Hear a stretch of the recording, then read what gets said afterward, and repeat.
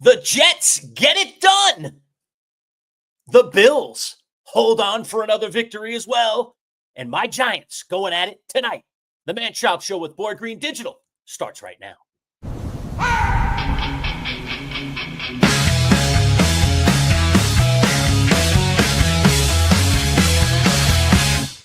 Let's go! It's time for the talk to you.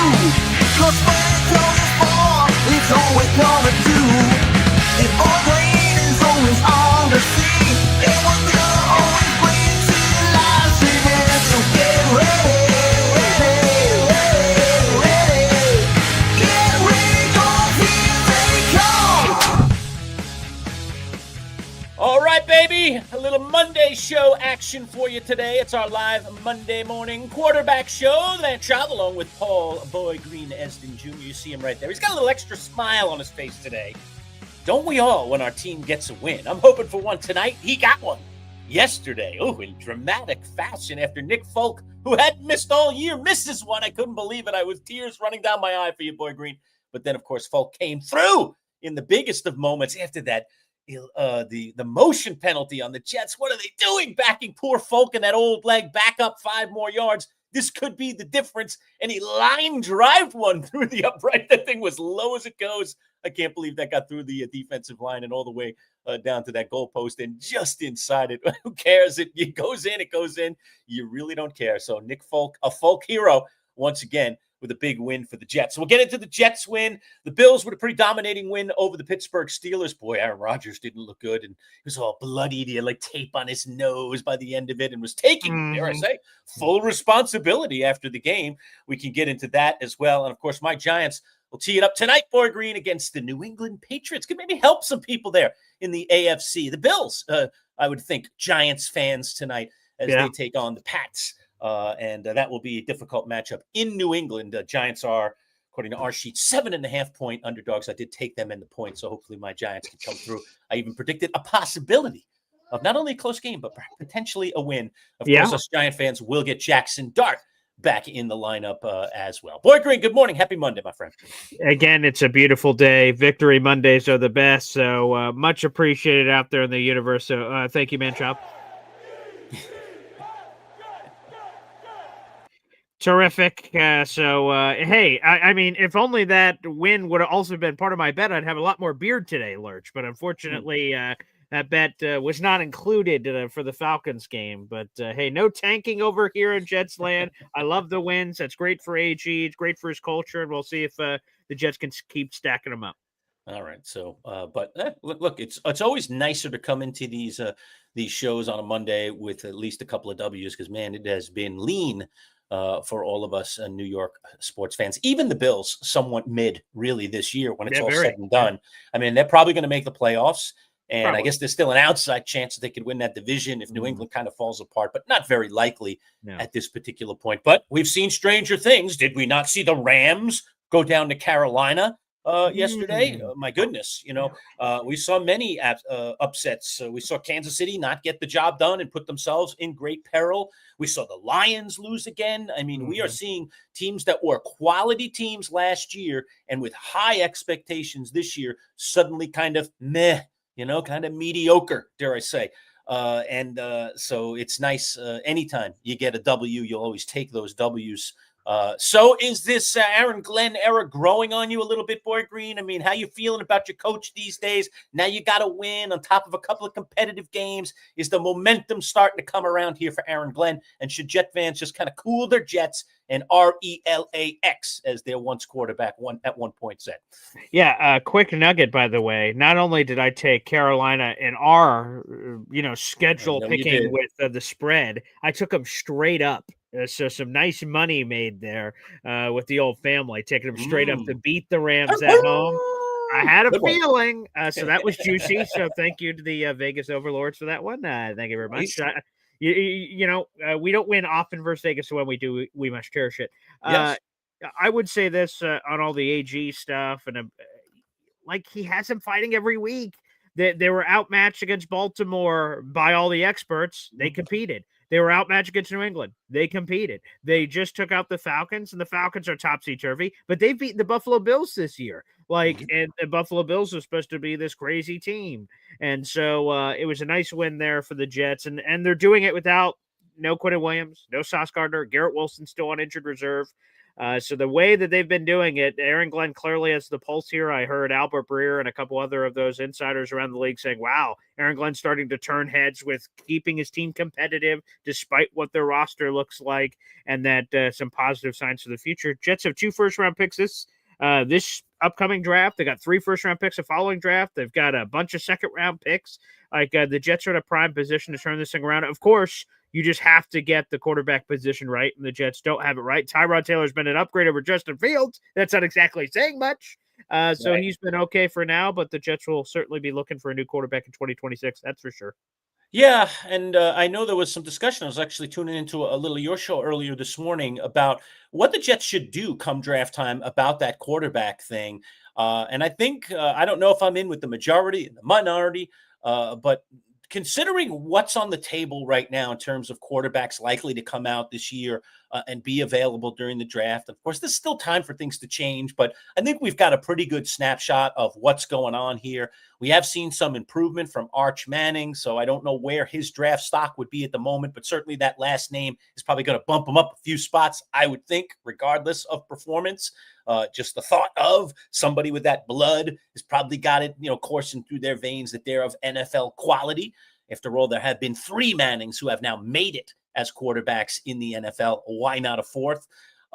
So you've got that specter, and then you've got other guys that are playing well. I mean, the kid from Indiana. I mean, what a season Indiana. Fernando Mendoza. Yes. My goodness. I mean, that's just a program like that has been down as long as it's been down, competing in a very, very tough league. And look at what they've done. You have to hold that quarterback responsible for some of that. Plays Ohio State this weekend. We'll see how he competes in the championship game. And then they're going to be in the playoff, sure, after the season they've had. So that is a remarkable, remarkable story in college football. Maybe the most remarkable or the most intriguing to me as a longtime college football fan is that Indiana is in this, that their coach is doing what he's doing, and that that quarterback is leading the way. So that's a really, really cool story. But I think majority, you tell me, Boy Green, I still think the Jets should just, wherever they land. Now, they've gotten a win. And I don't know. I know you're happy when the Jets get a win, just like I'm always happy when the Giants win.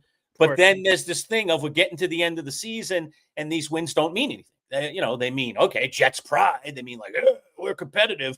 But in the end, it all is just going towards one pile. And that pile happens in April. And that's, where are you picking? Do you have an advantage or a disadvantage come that time of the year when you're trying to rebuild for next year and years to come? And the Jets are in that state, just like my Giants are in that state. So do you want wins, Boy Green, at this point of the season or not? Give me your thoughts on that. We have talked about tanking a lot over the years on our radio show and now into our digital world. What are your thoughts? Are you genuinely excited that the Jets won? Or are you like, excited? Yeah, that's been great. But, man, if they could have just, lost that thing in overtime, I would have been okay. Go ahead. Yeah, genuine excitement for me. I can't speak for other Jet fans, but I know a lot of Jet fans. So here's what happened. Here's the results, and we'll work backward. Right now, if the draft started today, the Jets would have the 7th overall pick. What a crazy Sunday night football game for anyone who stayed up for that one, as did I, for the overtime Commanders-Broncos game. That was wild, and Commanders going for 2 to try to win it at the end. It was wide open, and Marcus said the pass batted down. Unbelievable. And so the Jets ended up picking 7th because of that Commanders result, if the draft started today. If the Jets had lost to the Falcons, they'd be ahead of your Giants. They'd be picking 3rd overall in the draft right now, and they would have among the highest odds to land the number 1 overall pick. Right now it's fleeting. The Jets are the final team of the 5 that are still in the race, potentially because of the numbers to be in, but their percentage is not existent. As a matter of fact, if your Giants win tonight against the Patriots, they will essentially be eliminated from getting the number 1 overall pick because of all these tiebreakers and other nuggets and situations. Or something to consider for the tanking crowd when we spin this conversation back to you. But no, for me, it's all about wins. If AG was a lame duck coach, maybe I would feel differently. Like he's clearly gone and the new regime's coming in, then I would feel less good about the wins probably. But AG's in his first year. He's clearly coming back. He's clearly building something here.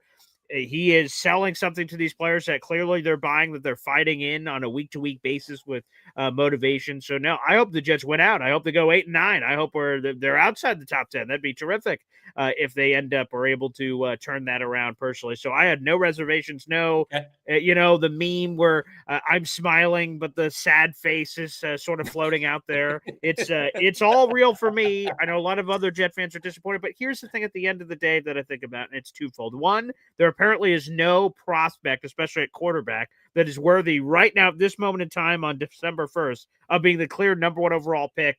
Unquestioned, he's the guy, the Joe Burrow of this class. There is no Joe Burrow from what experts say. And number two, the Jets, no matter where they've picked, have screwed it up. Zach Wilson, 2nd overall.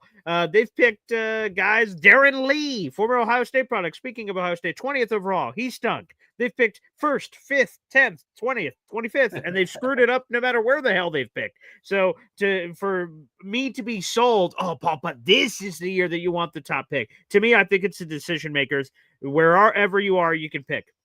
The Jets drafted Darrelle Revis with the 14th overall pick. He's a Pro Football Hall of Famer. Do you think the 13 teams ahead of him would have went, probably should have taken that guy? Maybe. Players slip in the draft all the time. It's about the people who make those decisions. So, no, I'm not beating myself up among the draft pick. The Jets have a lot of picks. If truly there's a quarter, like let's say your Giants end up with the number 1 overall pick, which is a distinct possibility, or the Titans, who currently have it. They don't need a quarterback. If the Jets fall in love with a quarterback, they can call up the Titans, offer the world, get that pick, and get the franchise quarterback that they want if that is what they choose to do. If it's not, they can stick where they are and just take whatever player falls into their lap. So I think the Jets are in a win-win situation, personally.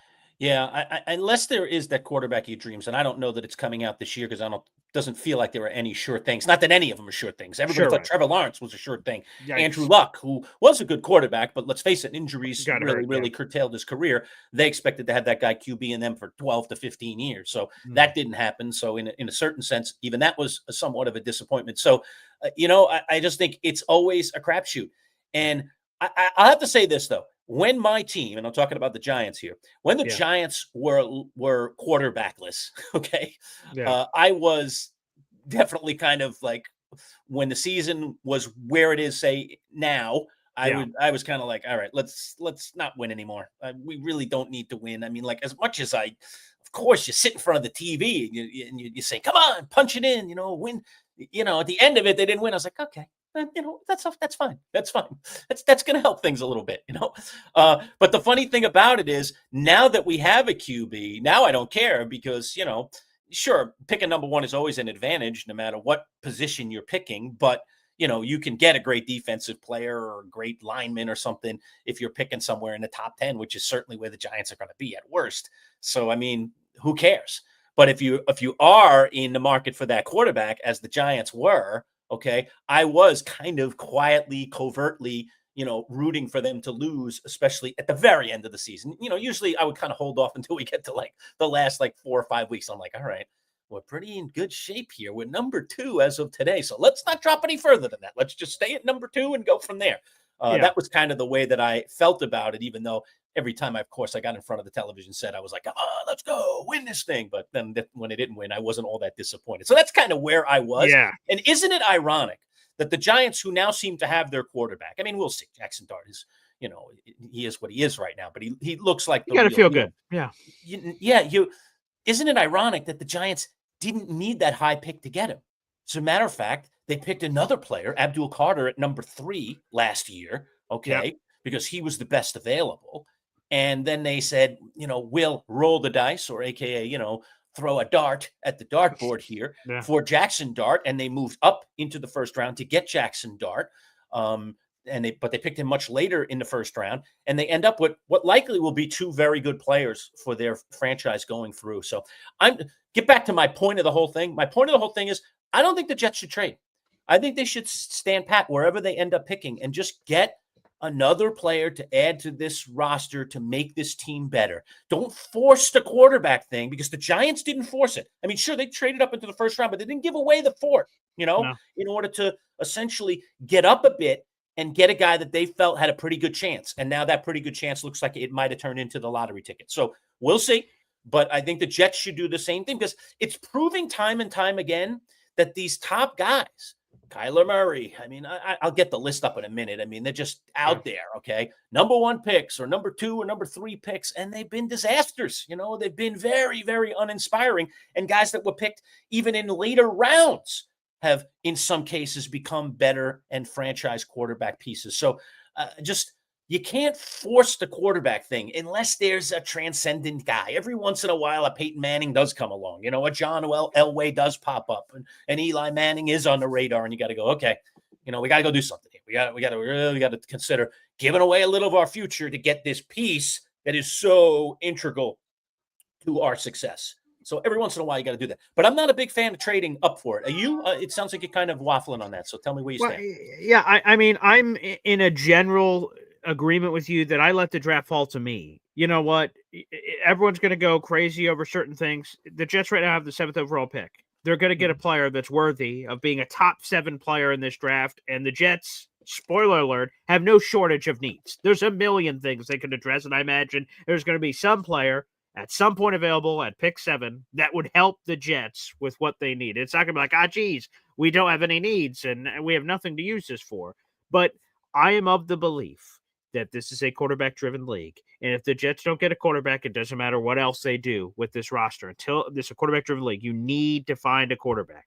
If this regime believes that someone in this draft, even if we don't, if they believe Fernando Mendoza or whatever the name of the quarterback is, oh my goodness, we've identified this guy. This guy's clearly a franchise quarterback. He's top 5, top 7 quarterback material. When I say that, I mean you draft him, you believe he can be that good at the NFL level, then you do whatever it takes under any circumstance to get that guy. But I'm with the beginning of what you said. If they don't believe that someone's in here, I don't want them to just randomly take a swing and say, maybe this guy, we don't think he's the guy, but maybe he will be. Like, no, use the picks on all these other needs that you have. But if there's a belief in that building, as a fan, I give the benefit of the doubt to the organization. Darren Muji has done some savvy trades and made some savvy moves so far. I'm like, all right, I like the cut of this guy's jib. If he thinks this guy's a franchise quarterback, God, I hope he's right. And let's go to war. But in a general sense, if it was up to me, I'd probably just stick where they are and just build this team because they have a lot of needs. But if a quarterback falls into your lap at 7, which could happen, right? We see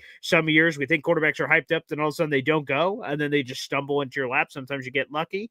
Bo Nix is a good example. He was the 12th overall pick in that draft class, the 6th quarterback taken in the top 12, and he looks terrific. So sometimes you just get lucky. So maybe the Jets can get lucky too. Yeah, I just don't force a square peg into a round hole just because you're desperate. Like, desperation doesn't usually breed good results. So don't act from a place of desperation. Act from a place of need, always trying to improve your roster. That's what good organizations do. And I agree with you. I mean, as much as I've had my problems over the years with certain Giants GMs, even when Dave Gettleman was in charge, if I bring up a recent one who maybe is not on my favorites list anymore, I'd still have to say, in organization I trust. Like, I have to trust the organization to get the job done. And I know it's tough for Jet fans because that organization hasn't delivered a championship since 1969. But you do have to put a certain amount of faith in the organization, or you're just going to be on an island. You're just going to be a chronic complainer. You're just going to be somebody who, then you should go find yourself another fandom because these are the cards you've been dealt. You can scream from the rooftops for the GM's head if that's who the problem is. You can't really get rid of the owner, unfortunately. Take it from a Knick fan, okay? And for many years, I would love to have disposed of our owner, but you can't dispose of an owner. It's kind of their choice. That's correct. And the GM is the GM, and you just hope that your ownership makes good choices. So we'll see what Muji can do, but it is a very fascinating position that the Jets are in. And if they do start piling up some wins, how does that affect things? We'll see. But they do. The good thing is they do have a bunch of picks to play with. But I think they should take advantage of those picks and get multiple good players rather than go the other way. I was a big proponent of absolutely please draft Abdul Carter. A little disappointed, frankly, in what he's become so far. But I was at that time, go get this guy. This is a need that we have, and this looks like a guy who could be a transcendent player. Doesn't look like that's going to be the case, unfortunately. But at the time, that's what I felt. I think a lot of GMs across the NFL would have agreed with me.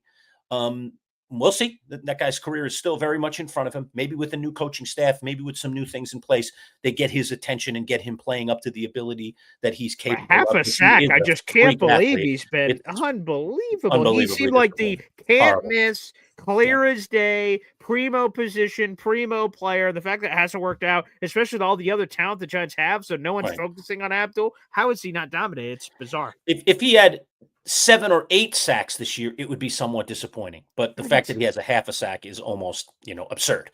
But, again, he's a rookie, and rookies have to learn. And everyone's different.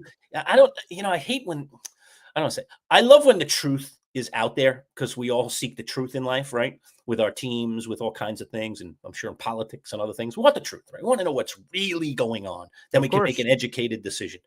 The stories that have been leaking and have been written since Brian Dable's departure have not been flattering of Brian Dable and Brian Dable's control, Brian Dable's accountability level with players and with people in the organization. It just seems like it was loosey-goosey. All right. That's what's kind of coming out. So my hope is that maybe Dable just wasn't the right coach for Abdul Carter, and Abdul Carter can still become the player. But again, back to my point, Carter to me was the right pick. And then they showed patience, and then Dart was dropping. There were a lot of rumors that he could go a lot higher. All of a sudden, he was kind of available in that area, and the Giants were like, look, we have enough ammo here to try and go in and talk to this team and trade up and go get a guy that could be our guy. Let's take a swing here. We got a reasonable chance to take a swing, and we don't have to give up the entire, palace here to get it. And so they made that move, and it looks like they swing and hit. 100%. So we'll see if those two guys work out. That is a great, epic first round for all Giants football fans. But it's got to work out, and Abdul Carter has to turn into a number 3 drafted guy and the top position player that was taken in that draft. My God, come on, man. So we'll see what happens with Carter. But I still agree with that. And I think the Jets would be wise to exercise a similar strategy, to just not get too crazy about things and trade up just to trade up. Okay. Teams will take advantage of you in this situation. They know you're desperate, so they're going to take advantage of you. You never want to be desperate in a trade. We've talked about this in fantasy for years. Don't be desperate. Just trade in a calculated way, in a way that makes sense, in a way that's going to improve your roster. That's the way to improve a fantasy team. I know we just do it in the fantasy world, but that's the reality of it as well. Let's say hello to some people in the comments. And boy, is it great to be back. By the way, happy, belated Thanksgiving to everyone. I know we wished you on our way out last week. Happy Thanksgiving, but we've had a bunch of days off. Paul has been decompressing up in New Hampshire, and now is back home again. I ended up spending the holidays right here in central New York. I didn't take the road. I'll be hitting the road for Christmas, so I'll be on the long road during the Christmas holiday. I'll be home, yeah. And you'll be home, so we'll be oppos. But we'll still be doing our thing. But no, it was a great weekend. Again, I give thanks to my family and to the great food and to all the wonderful things that I have in my life. And I hope you all out there feel the same way. And it's just nice to be back. It's just nice to be talking football.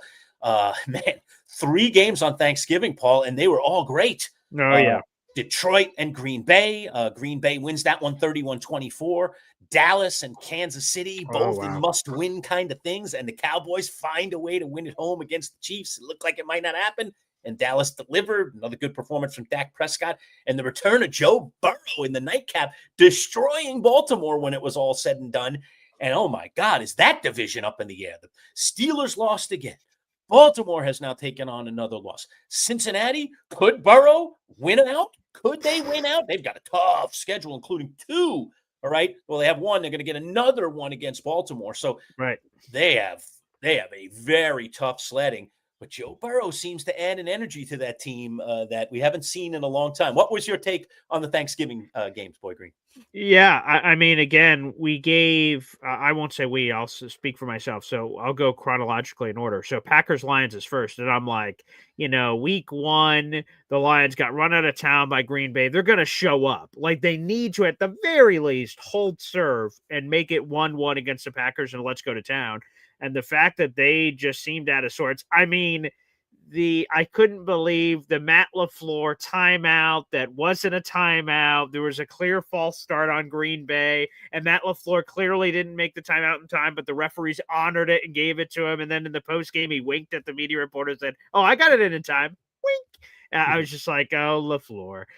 So I'm sure Lions fans are upset about some of the officiating that occurred there. That seemed very clear. That should have been The a false start. replay really showed him not even signaling the timeout, and then they were trying to No. excuse him. Maybe he was saying it vocally. It's like, I don't know about that. And that changed everything. Go, time. Right. We do it at the same time. We don't go, yeah, time. Yeah, right. Definitely not. Nobody does that, right? It makes no sense. So that changed the game because the Packers ended up scoring a touchdown on that play that they shouldn't have, and who knows what would have happened. So that's bizarre. But shout out to Green Bay, who I don't think is the impressive team I thought they were back in the beginning of the season. But hey, they're well into the thick of it. Now we have serious question about the Lions. Are the Lions going to make the playoffs? Chicago takes care of business on Black Friday. I don't want to jump ahead here, but in that same division, they have a massive win, which launches them in this unbelievable place. So yeah, NFC North is going to be wild, and that's super exciting. Again, the Chiefs Cowboys, desperation was the word one of our insiders used last week to describe what these two teams were going through. Both of them needed it desperately.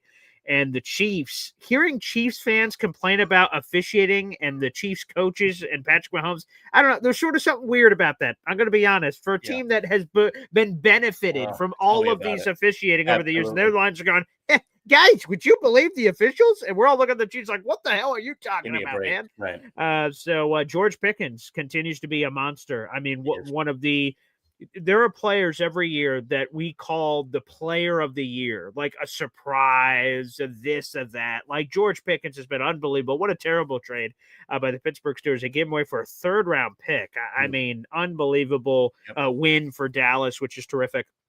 And they take out the Chiefs. Now the Chiefs are in desperation mode. And again, Joe Burrow. I know, Lurch, you talked up a very big game in every moment that you've been live on this show saying, hey, Joe Burrow coming back. That's a factor. Like, and you said it even the week before when we thought maybe he could come back and then he didn't. But you just thought Joe Burrow coming back would be there. And a lot of people had a lot of, doubt saying, I don't know, this guy's been out for 9 games. The Bengals, their record appears out of place. The Ravens or Steelers are clearly going to run away with this division. So whatever Joe Burrow coming back is just something for the fans. Like, it has no real impact on the division, or so we thought. And then that thumping and the way the rest of things are playing out, you're like, wait just a second here. Are we about to get something interesting? And so captivating. I know the NFL schedule makers, and I will have to maybe move that over here and do it if that's of interest to you, Lurch. I talked to one of the 5 people that are in the room every year making the NFL schedule. I'm such a nerd about that process. And I have them on every year after the schedule to get into the Jet stuff, but in the overall NFL sense. And that they pick these games somewhat out of a hat, and they hope that the teams are competitive or interesting or storylines or something. And the fact that we got 3 bangers, triple header of action, of intrigue. Shout out to the NFL schedule makers. It's a thankless job. It's an impossible job to do so many months in advance, but they did a terrific job. The triple header of Thanksgiving football was so much fun. Great food being eaten while watching it. And it was marvelous. That's always fun, man. The food. And like I said, you really don't get bothered. It's the one day you don't get bothered usually by the family about, hey, I'm, got one eye on the game and you're at the table. I know people, consider the dinner table, at least some people, a sacred place. But on Thanksgiving, it's a shared thing with the television, As a matter of fact, you should have one nearby, just to be able to take a peek at during the 15 or 20 minutes or 25 minutes you're sitting at the dinner table, man, because you don't want to miss some great action. And they have been rolling out great football. And I love that they do it all day and into the night now. I love it that they have the night game as well. It used to just be the 2-day games. They've increased it to add that night game, and it feels like a Sunday, and it should feel like a Sunday when you've got that continuous thing. My wife was asking me yesterday. It's amazing that I do sports and she's with me because she knows all the things I do. She hears me talk sports with people all the time. She knows right. And so this is typical. Her yesterday, she's like, "So is there another game tonight?" I was like, "Honey, every Sunday." And I mean every Sunday, okay? There are games all day. They start at 1. There's games at 4 and 4:30-ish, okay? The second round of games, several games at that time. And then there's the Sunday night football game. And by the way, there's also Monday night football and Thursday night football, okay? And that's every week. And then you get these special weeks where you get 3 games on a Thursday just because it happens to be Thanksgiving, a Black Friday game, right? And then when we get into the playoffs, by the way, we'll have Saturday and Sundays going for a couple of weeks when college, when the college football season ends and pros is still going on. And think about the beginning of the season. We had German and London football at 9:30 in the 9:30 morning. in the morning, right? I didn't even include that. Okay, I didn't even want to go down that road with her. Sure. I was just like, but honey, you can count on every Sunday, 1 o'clock, 4 o'clock, 8:20. Okay, every Sunday. I didn't want to get that shit. I didn't even go down that road. But I was like, how do you know? How are you with me? How do you not know That's a good this? point. Like, it's just by assimilation. Even if you're not mildly interested, it just happens to be aware of cross your radar for crying out loud. But it doesn't. What can I tell you? It is what it is. I love her to death, but she doesn't know anything about sports. That is for sure. All right.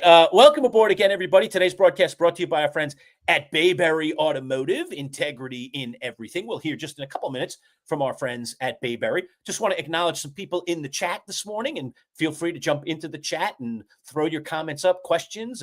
Good morning to Big Al. Big Al, by the way, congrats, man. Looks like you're rolling to a fantasy victory, and a much needed one, Al, for you, with everybody kind of breathing down your neck in fantasy. So I don't know if it's mathematically done, but Al may have nearly locked up his place in the playoffs with that win that he's assuredly going to get. I know there's still one entity to go. The kicker, the Patriots kicker is available, and he's currently up 49 points. Yeah, so a kicker getting 49 has never happened. So I think you're safe, Al. I hate to ever say it's over until it's over. Boy Green, by the way, in an absolute pillow fight of a battle. And I have to say, Boy Green, I'm sorry, I'm rooting against you, because if you lose, my magic number right now is 1 to clinch first place. That is me win or you lose, okay? One entity over this week and next week. And if you lose, because I'm going to lose this week, if you lose, then I've locked in the number 1 seed, okay? Because I'm going to have it between points and record, and you won't be able to catch me even if you tie me next week. If I lose, you win. So I am rooting against you. So I am a Travion Henderson fan tonight, and I am a Stephon Diggs hater tonight. That's not hard to do anyway for me. So there you go. So I'm rooting against Diggs and for Henderson. It literally is a head-to-head with Boy Green. Just look at it, 82-80. This is a horrendous. This is a full PPR league here, folks. All right, a horrendous pillow fight between him and Brandon, whose team name is America's Team. He's a big Cowboys fan, battling in an absolute pillow fight. Brandon needs this one badly, Boy Green, badly. You do not need it as badly as he does. You are locked into the playoffs. Now you're fighting for seeding. And, of course, you'd love to be one of those top 2 seeds, and you could even knock me off and be the number 1 overall seed with me losing 2 weeks in a row. I have 2 difficult matchups. Obviously, I'm going down this week to Joe Bartle.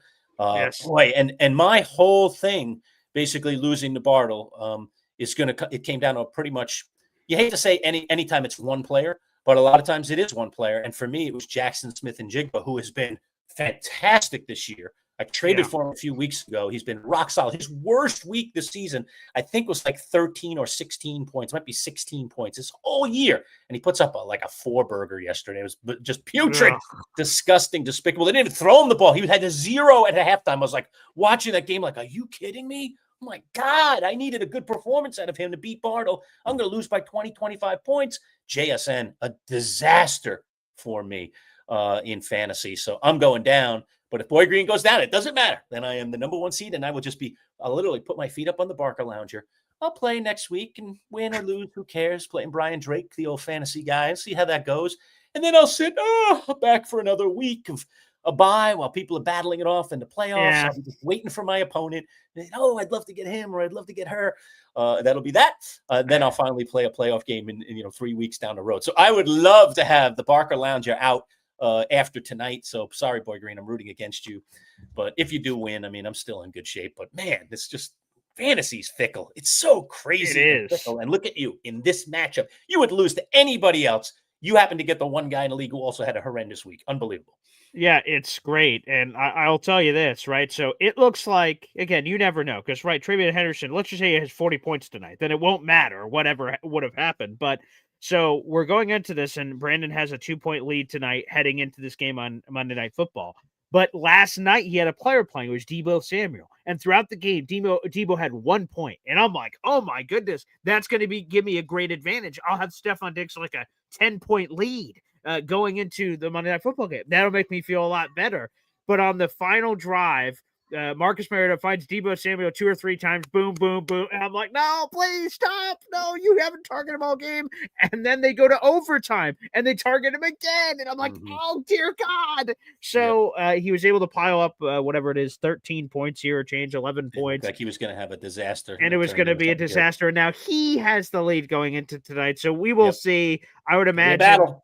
The advantages say he has a 52% advantage. I would imagine slightly him. To be honest, I think it'd be even bigger than that because Trayvon's a running back. It's easier to get him the ball than the wide receiver. Wide receiver has to run the right route. He has to be in the progression. Then he has to throw it. There's like 12 different things that have to happen before I even get a catch and a point. That's right. And they have 7 receivers. There's like 2 or 3 running backs to choose from. So I'd imagine, despite what the analytics say, that I have a much less of a chance to win than they suggest. But you know what? Every once in a while, a receiver could go off, could go crazy, and I'm begging to the football gods that occurs. You're going touchdown hunting tonight. You need Diggs to get one, and you don't, and you need Travion not to get one, and that could happen. Ramondre Stevenson action, right? Yeah, but because he splits them up, and they do that. I lost one yesterday. Bijan had a great day, but he could have had another touchdown. They gave the ball to Algier at the 1. They let Bijan run it the first time. He got him to the half-yard line, and they're like, Algier, and Bijan. I saw that. The first time I've seen this, and I'll tell you, teams better watch this stuff. I'm telling you, when you have a transcendental, a transformative running back. Yeah. Okay. You've got a franchise running back, and Bijan definitely is one of those guys right now. There are only a couple of them in the NFL right now. You got to treat those guys well. And I think one of the things that happens with a lot of these teams is they have goal line guys, linemen and extra tight ends and, bigger receivers to come in for goal line situations, particularly when it's a running situation. And then they've got, the battering ram running back. And it just over the years, it has just kind of been. Tyler Algier is a really good running back. He could probably start for a lot of teams. All right. Sure. So I'm not knocking his talent at all. But you can't let Bijan bring you down the whole field and then hand it to the other guy. I mean, it reminds me of that the movie with the kid from Kilmer was the coach. The movie. Tongue. Oh my God! Goodness, I can't think of it right now. Varsity Blues. Varsity Blues. The guy from Dawson's Creek. I was going to say. Yes. So James Vanderbeek. Varsity Blues, where he won't give that running back. In this case, they make it a racial thing because I think he's African American. He doesn't. Right. He gives it to the white guy at the goal line. All right. And finally, they rebel against the coaches as you're going in, and they send him in.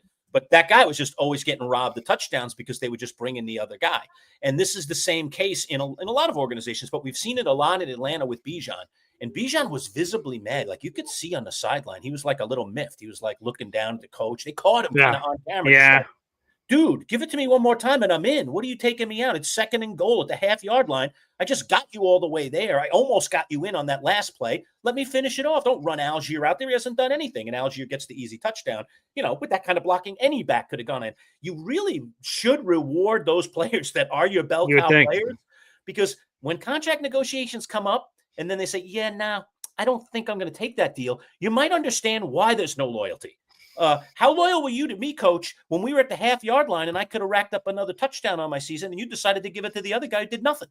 I mean, it's nothing against Algier, and I understand you're playing football games to win, but there is no reason not to give Bijan Robinson the ball down there. Now, he had a fine day. Everything was good. Yeah, 200-something scrimmage yards. Total yards. But why would you take a touchdown away from a guy like that? And I said it to you going into this weekend as well, and I'll vamp back to this. We talked about JSN. And we talked about the chase for 2,000. Yeah. And listen, that was a bad game script yesterday. Right. The way that their opponent played, right? They played Minnesota. Minnesota imploded. Awful. Their quarterback situation is a complete disaster. They didn't have to do anything, basically. Right. But, and you're right. And they won 26-0. And all's good in Seattle today. Yeah. Except by not making a concerted effort during the course of that game to get that guy touches. And why wouldn't you want to give him touches? I mean, my God, he's electric. He can turn anything into a touchdown. All right. And I don't care if he's being double and triple teamed. Okay. You get him the ball in situations, particularly early in the game. Okay. Right. Get him involved. He's chasing a record. And by the way, that record is not just for him. That goes to the franchise. It goes in your Hall of Fame. It's up on your walls too. There's pride in the organization. and yet they refused to give him that ball yesterday. Now, I understand game script, and I understand there were reasons, but I still think within the confines of those reasons, Paul, they should have made sure they got on the ball. That has nothing to do with my fantasy team, by the way. I could care less. Okay. I am just talking about what this guy is chasing and what it means.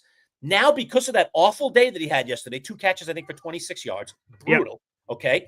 He now has to average 133 yards per game in the remaining games to get to the 2,000. Possible, except because of this terrible day, and that's all you need is one of them when you're chasing 2,000, he has to now average more than he's averaged all season because during the season, not including this dud of a week, he averages about 117 yards a week. Oof. So now you're asking him to bump all the way up to 133 for the rest of the year. Guess what, Paul? It's probably not going to happen. Mm-hmm. And it all comes down to we didn't make a concerted effort in a game where clearly the defense was not doing much. They gave up 26 points to us just running Kenneth Walker up the middle. That's a game where you got to pile up some numbers for this guy. You got to get him at least 100 yards in the receiving department. I mean, you just have to. You find a way to do it. You get him screens. You run him on slants. I would do it if I was a coach. You stack him. You stack your receivers, and you get you run off a pick or something. You just do stuff to get the guy the ball because you're trying to get him to the record. And now they probably won't because now it'll be too extreme, and they're probably going to get in some tough game where the other team is really going to just lock him down. Period. And they're not. He's going to have another, mediocre day, and that'll be that. But I find it a shame. I just think I know that we should never be focused on individual records in sports when we're team sports, but I think there are times when something's bubbling where you should try at least to contribute to the idea that this could still happen. And I think the Seahawks completely abandoned that yesterday, and it's a little bit of head scratching to me why they would do that. But they won 26-0. They're in the hunt. They're 9-3 team. It's all good in Seattle. So I'm not knocking the franchise and the coach, but I'm just saying, a little head scratching for me as a football fan that this Seattle group didn't do a little bit more to try to keep him somewhat on track. He didn't have to have a monster game, but keep him somewhat on track so that that goal doesn't become unreachable. To me, it's almost unreachable. One more bad week, it's over. So no chance.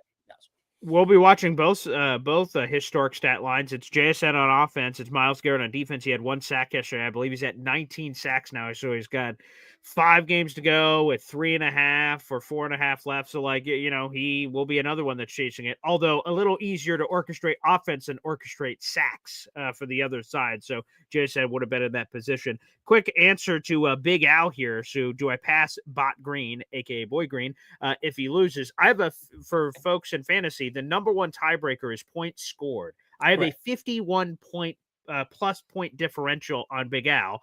I'm currently whatever it is, 60 points down without my player playing tonight. So long story short, if Stephon Diggs scores at least 9 points tonight, I will be in front of Big Al on the standing. What it really is going to come down to is the final week. So it's sort of window dressing whether or not I'm in front of Big Al as it pertains to this week, because what really matters what happens at the end. But yes, it's points scored.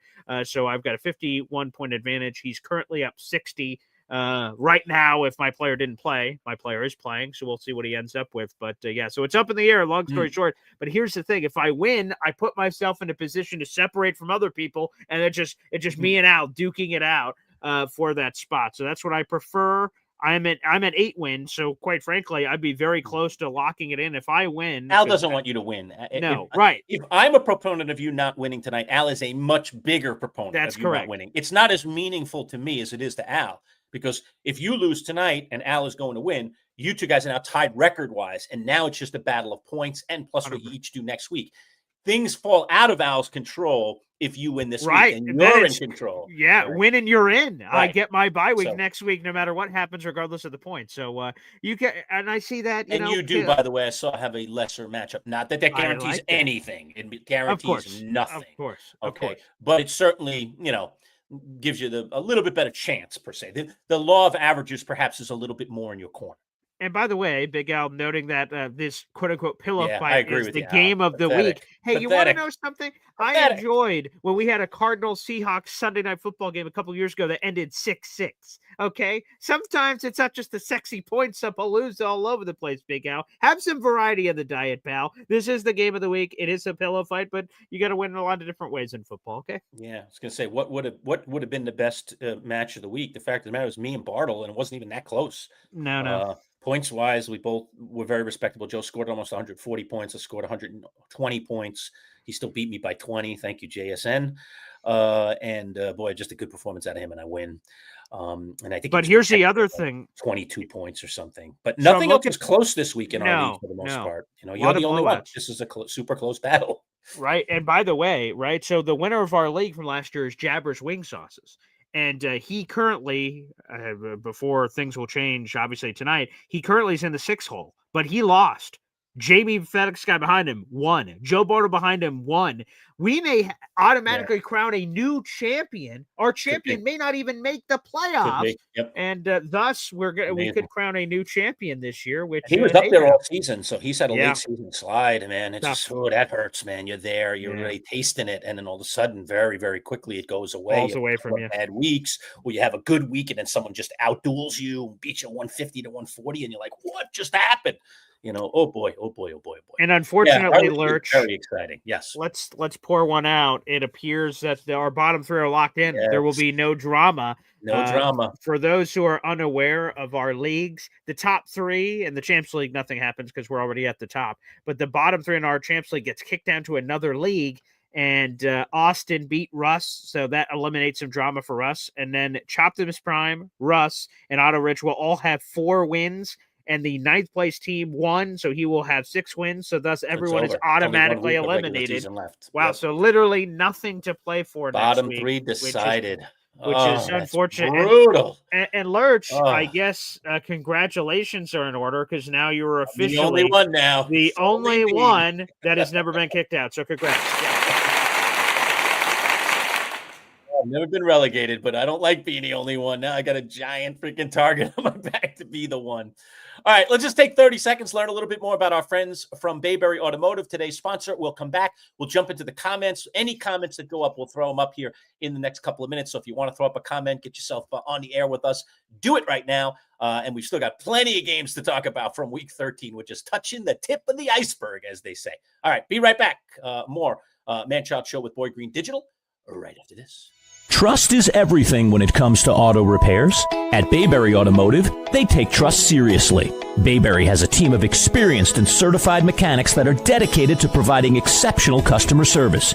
And Bayberry stands behind its work with an exceptional 5-star rating from its many satisfied customers.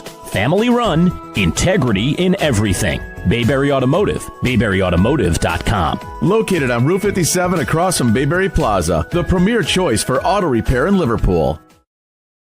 All right, we are back, Manchild Show with Boy Green Digital. Hey, by the way, Thanksgiving and Christmas, it's like the spirit of giving, Boy Green. So we're starting to give stuff away in the spirit of Christmas. I love to do giveaway stuff, all right? So first thing that's up for grabs, I mentioned this last week, but I'll show it again here. This is a Bobby Mercer autographed baseball right there. Beautiful. Bobby Mercer autograph. I got this autographed myself when I met Mercer a number of years ago.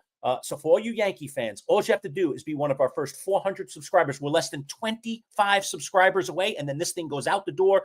If you already are subscribed to the channel, you've already got your lottery ticket. So corral a friend, tell somebody, or if you're in the room right now and you're not a subscriber, just go click on that subscribe button. You see the link right down below. If you're watching us on Facebook or X or someplace else, just go over to YouTube because this is our home portal, youtube.com/MC Show Digital. You can do that right on your phone and become a subscriber. We'd love for you to be part of our growing family. So Bobby Mercer baseball, hopefully going out the door soon. We need less than 25 subscribers to give that away. And we've been talking about this one for a number of weeks, but I'll remind you again, once we get to 500, we're only about 125 away from that. We're giving away this Cleveland brand new driver. It's a Highbore XL. It's a $400 golf club. It is still wrapped up in the paper. It was donated by our friends at Play It Again Sports, one of our many loyal sponsors, and that is going out the door to someone in our first 500 subscribers once we get to the magic number of 500. So if there's anything that you can do to make that journey a little bit quicker for us, it's a gift potentially coming to you a little bit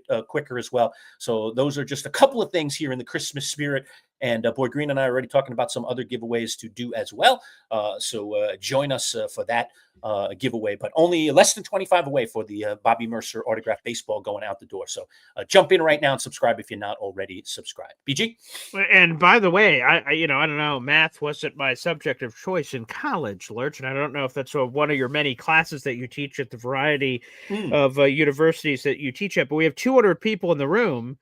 and we're 25 away. It sounds like with the right Easy peasy, nudging, right? Sure, we could get it this today. could happen live on the show right now. Awesome. So again, That'd be awesome. youtube.com/MC Show Digital. You guys can win a bunch of free stuff and be involved and engaged. So if you guys are watching across any of our social media platforms, you can pop in via Facebook, YouTube, MC Show Digital, or at BoyGreen25 on my YouTube or Twitter page. Make sure you subscribe right now. We're going to be doing a lot of free giveaways. You guys can have the prizes for yourself. Be selfish. That's fine with me. Or Christmas is right around the corner, so you guys can get gifts that you can immediately gift away. It's like that fruit cake that travels across America. I've been told there's only one fruit cake, but it just keeps getting passed to everybody. So maybe perhaps you can start your own fruit cake legend here by winning some of these prizes and pass it on to your friends. Feel free to The cool thing about YouTube and the reason we're pushing all of you, and I know a lot of you watch us and listen to our videos and watch our videos on many of the portals that we're out on, because we're all over social. We use Instagram, we use Facebook, we use Twitter.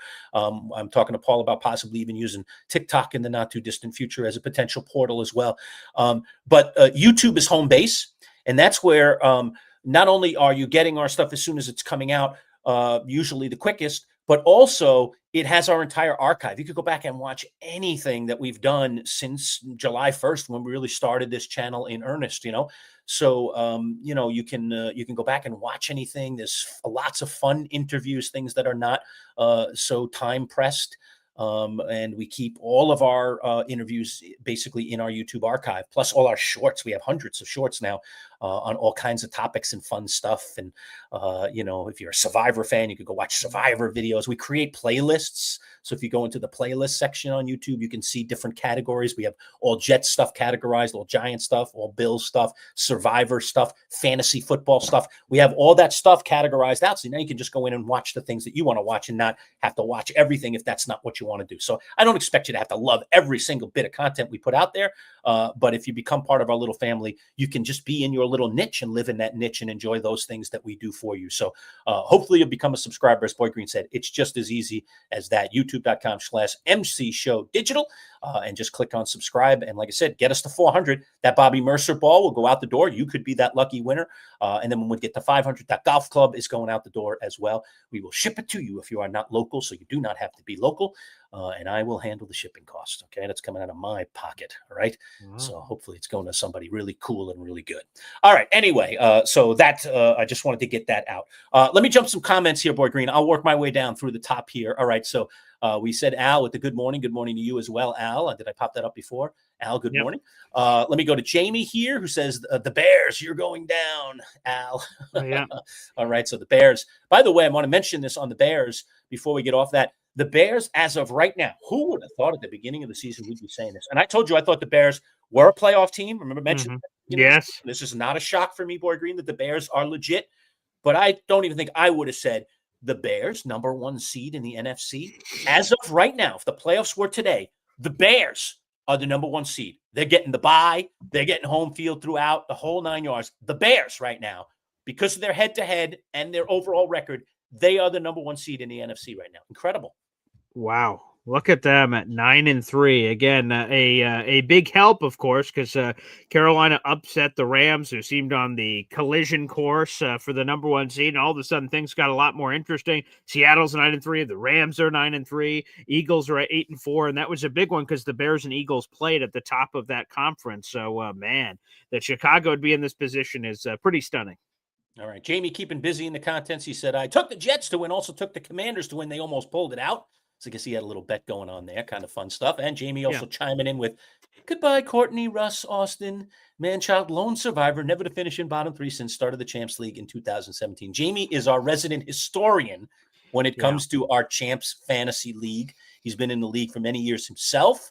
All right. And he is our great historian. He just remembers all these odd facts that no one else knows. I think he has some kind of, record book or something at home that he keeps. So again, as we were just saying a few minutes ago, our bottom three is thing, but Big Al with a great comeback here, Al, way to come right back at him. Put an asterisk on that, Jamie. You finished the bottom 3 2 seasons ago and got a government bailout. I love the way you put that. That is fantastic. It is true. It is true. Occasionally bailouts occur. True. It is true. Even Boy Green has gotten a bailout as well. I have. Shout out to my beautiful fiance. She won the Chumps League and she had a spot available. She said, I don't want to do that live draft. And I said, do you want to Help me. I've never finished in the bottom 3, but I happen to finish in the bottom 3 the same year that you finished in the top 3. She said, it's all yours. And I'm like, that's the greatest Christmas gift of all time. So thank God.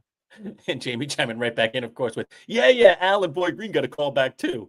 I don't think Al got a call back. Al's earned his way back. Yeah, I think Al has earned his way back. And I would also say this, that again, thankfully, it's not just a callback like, hey, Boy Green, we need you to fill in a spot. And again, my fiance won the league, so she could do whatever she wanted with the spot. So thank you for being married to the right part of the family. That's for sure. Convenient. Yeah. We were talking about the Jets QB situation. And, another one out there. Easy agrees with me. Don't trade up for a quarterback. Easy. I'm with you on that. Totally agree. Al's coming back here on the I should have gotten a bailout, beat you twice that year and finished ahead of you. I'm just jealous. So there you go. There has been some politicking going on when an opportunity presents itself, who should be getting said opportunity. Al has a good case of that. Yeah. And Al's a big time Cowboys fan. He said Dallas beat both Super Bowl participants in 4 days. That actually is remarkable. That they beat both Philadelphia and Kansas City. Of course, they played on Sunday and then on Thanksgiving Day, Thursday, 4 days later, and then beat Kansas City. So they had beaten the 2 teams that were in the Super Bowl in back-to-back games within a 4-day span. So kudos to you, Cowboys fan. I guess the Cowboys are not completely out of it yet. I thought they were dead. Yeah. But they're not dead yet. Whew. And Al, I wish I could say that you saying that right now, it's the first time I've heard of that, but actually I spent the last week with my family, and my father brought that up every 5 seconds. So, yes, he said that several times, that they beat the Super Bowl participants. Yes. All right. Jamie coming in with another comment here saying he's no longer drafting rookie running backs. Ashton Genty. He has Ashton Genty on his team. That has not worked out. Sometimes you got to risk it to get the biscuit. Yeah. No. Oh, my goodness. What a disaster. What is Jamie saying here? Boy Green better win tonight, buddy. I'm coming for my number 2 seed. He wants get out of here. This greedy, you know what?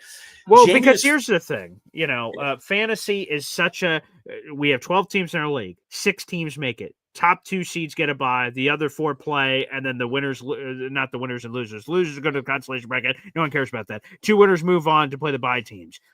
Look at my season. I'm in a pillow fight in an 80-80 battle, for God's sake. If you get the win, it won't matter. 100%. Weird stuff happens in fantasy. I want the bye. I want to avoid whatever fantasy has in store for us that week. There have been seasons where you're the best team in the league and anything can happen. And then on the right week, you're down. So Lurch mentioned that he thinks I have an easier matchup next week. I haven't looked ahead, so I don't know. But whoever that person is could have a great week. I could have a bad week. They could beat me. It can happen. So I'd like to avoid all of that nonsense by not even playing. So I want that bye badly. I hope I win this pillow fight tonight, and then I'll put me in a better position to be able to sort of win and you're in next week, which would be great. And, I want options. So 100% fantasy's weird. And, yes, please, to the love of God, I want to win tonight. Yeah, you have Russ next week, who is in dead last. Ooh, nice. And he's got nothing to play for, so he can tank for the number 1 pick. So not nice. For tanking, Russ. You play till the end, even though you've been relegated. He's trying to get in a better draft position, Lurch. Come on. No. You play till the end, but no, he had a rough week this week too. So boy, if he has another one of those weeks, even with your pillow fight, you beat him. My goodness. Yeah, that'd be terrific. Hey, this was a good one. Al put this video out to us privately, so people haven't gotten to see it publicly. But Big Al, again, in the comments here again, he got the chance. You know how you go to football games sometimes and you get picked for a contest, do a promotion. So he got picked for a promotion to try to kick an actual extra point at an SU game at halftime. And so I wasn't at the game, but he sent me the video, and he did not make the extra point, but he did get the ball clearly off the ground, and it just kind of scooted left of the upright. It wasn't that bad a kick, tiny bit short, a tiny bit left, but he got it airborne. And he says, all I got to say is I got the ball in the air, and they didn't have to scrape me off the turf, which is correct, Al. I think you did a pretty good job, even though you didn't make the kick. Okay, let me bring this up. I won't be able to bring this in the way that I normally do with the video. Okay. We'll just work with what we have here. You'll see it. You've got the video. Yeah, unconventional. Okay. So here it is. We have the video, so we're going to go full screen here. Yeah, we'll be able to expand it here. So here we go. A little bigger. Yeah, we'll see if this loads up here. Okay, here it comes. Oh, don't freeze on us. Come on. It's freezing on us. So let me see if I can get it. He looks good in his orange 44 jersey. This was at the JMA Wireless. Let's see if we can get it. Try this again. Try to replay here. Okay. Got movement. Oh boy, this video just wants to freeze it's, right before a kick. yeah. It's like it wants to get him in a perfect pose. Yeah. All So right, sorry, we couldn't play it, but Facebook, and not giving it to us, but yeah. So I did low see and that. left, I came but it did across get off it. the ground. It did get off the Yeah. ground well. It was not even 2 feet off the ground. It got a good 7-8 feet off the ground. So, yeah, good effort there, Al. Good effort. I wouldn't want to put that on anyone. That is very tough in front of an entire, college football crowd, and you got to go down there. You get, it's not like you're practicing all week either. I mean, I guess you could do something at home, but my goodness, it's a foreign environment. Everything's just up in the air. Ooh. I'd say Yeah, that's 100%. like a 10% chance that you're gonna, nail one in that situation. So I thought you did. And the Jets have been doing this all season long, Lurch. I don't know if you're a kicker, but they're doing this weird. They have some sponsorship deal with a mayo company for mayonnaise, and before every Jets home game, they're letting random people kick it's like a 30 or 35-yard field goal in the middle of the elements. If it's raining, then it's raining. If it's not, it's not. And if you make it, you enter this grand prize challenge in the final Jets home game of the season, which I believe is Jets Patriots right around Christmas. And you're at that point, you're competing for $100,000 and like a lifetime supply of mayo, which, by the way, I don't even know what that looks like. What are you going to do with all that mayo? That I have no idea. But they've been doing that. Lurch, could you, do you have any kicking in your background? Could you, didn't you have like a soccer thing or something back there somewhere? Could you hit a 40-yard or 30-yard field goal? 30-yarder, I don't know. Extra point, I would have a chance. Okay. I have no kicking background other than when I was a kid. I loved kickers. One of my first true fandoms for a player. Okay, Mhm. it was really two guys that I gravitated to. Maybe three. No, three's popping into my head now. But the Okay. first true kind of fandom, like this guy, I want to get this guy's jersey, and I'm a little kid, was the kicker for the Giants. Pete Gogolak was his name. Okay. Great name for a kicker, Gogolak. Yeah. What a great name. Yeah. He was the Giants kicker, and I got one of those little mini footballs, the little mini plastic footballs that kids play with, like this big. All right. And it had Pete Gogolak's autograph on it. I don't know if my dad got it autographed or if it was just a knockoff, but it was a Pete Gogolak autographed little plastic football, and I would throw it around the house with my dad. Then I got into the kicker. I think at the time he was with the Kansas City Chiefs, Jan Stenerud. You might remember Jan Stenerud, Yeah, another sure. great Yeah. kicker. And during that unbelievable Miami Dolphin undefeated season, I was a massive fan of Garo Upremian, Yes. who had that famous 1972, by the way. crazy 1972. terrible Yeah. pass video. It was a broken play, and he's known for that. But he was also a great kicker. So is that Gogolak right there? That is Gogolak, yes. That's Gogolak. Yep. Okay. So there's Pete Gogolak, the legendary Giants kicker. So Okay. he was kind of my first, kind of like love of an actual player in the world of football. Pete Gogolak back in the day. Nice. Black and Look white at that. photo. Oh, Yeah, did. black and white. There That's you go. awful. Yeah. All right, get that off the screen, man. What the heck? Oh my God. Wow. Jeez, I'm probably wearing Chuck Taylors in that or something. Yeah, All right. Anyway, so I used to, because I was kind of a fan of some kickers early on in my life. I liked. We just played street football. I mean, I grew up in Queens. I mean, we were playing on pavement. But we used to, we got one of those plastic tees, and we just like kick fake extra points essentially after touchdowns. And we had if you get it between this car and this tree, you find a tree that has like a big wishbone. Like, all right, if you get it between the wishbone, you get the extra point. So we used to knock the ball, between things, in a simulated extra point to get an extra point in our street football games. And I was definitely, of the guys in our group, the best guy at it, so I learned how to get my foot square and how to get, make good contact with the ball and get it up in the air. So I don't know, though. I mean, this is a lot of years later, Boy Green. Those hamstrings are pretty tight these days. I don't know if I'd get it off the ground all that much more than Al would, but I definitely have a love for kicking. And I think if I found out I was going to do something like that, and I don't know if Al had any advance notice, I would probably spend several weeks, if I had it, just practicing and trying to, figure out where on my foot do I got to hit it? What's the best way to get this ball up in the air? I think I would practice it and try to at least make a run at it. But one kick, you never know what's going to happen. You can just hit it off the side of your foot. Ooh, doinker. That's true. And that would be incredibly embarrassing, too, which Very, is very. In front of all those people. Oh, brutally embarrassing. Brutally embarrassing. Hey, All by right, the way, yep. Random thing here. I just saw this on social media, so I wanted to highlight it. We talked about earlier that, the Cowboys, right? One of their big trades, we talk about Micah Parsons, but the trade that should be getting more love is that they gave a 3rd-round pick for George Pickens, the wide receiver. Lurch, George Pickens this season has more yards than every wide receiver for the Pittsburgh Steelers combined on their roster. Think about that. Receiving yards this season, shout out to Underdog NFL. George Pickens has 1,142 receiving yards. Every Pittsburgh Steelers wide receiver on the entire roster, if you combine all of their yardage, it's 1,114 less than George Pickens. That's insane. You know what's amazing too, is that Tomlin has over the years, and they have been a factory for good receivers, and they've been a factory for drafting them like in the 3rd round and later and turning them into superstars. All right. So Tomlin, who has handled a lot of diva receivers and has Antonio Brown, Martavis Bryant receivers, right? Yeah. It was very clear that him and Pickens just weren't getting along. You know, that clearly he's out there. I mean, he's a diva guy. He's a kook. I mean, he's got to be a kook off the field. He's got a lot going on. Right. He's different. All right, he's different. He's a handful. And Tomlin, though, has always been able to handle those guys who are a handful.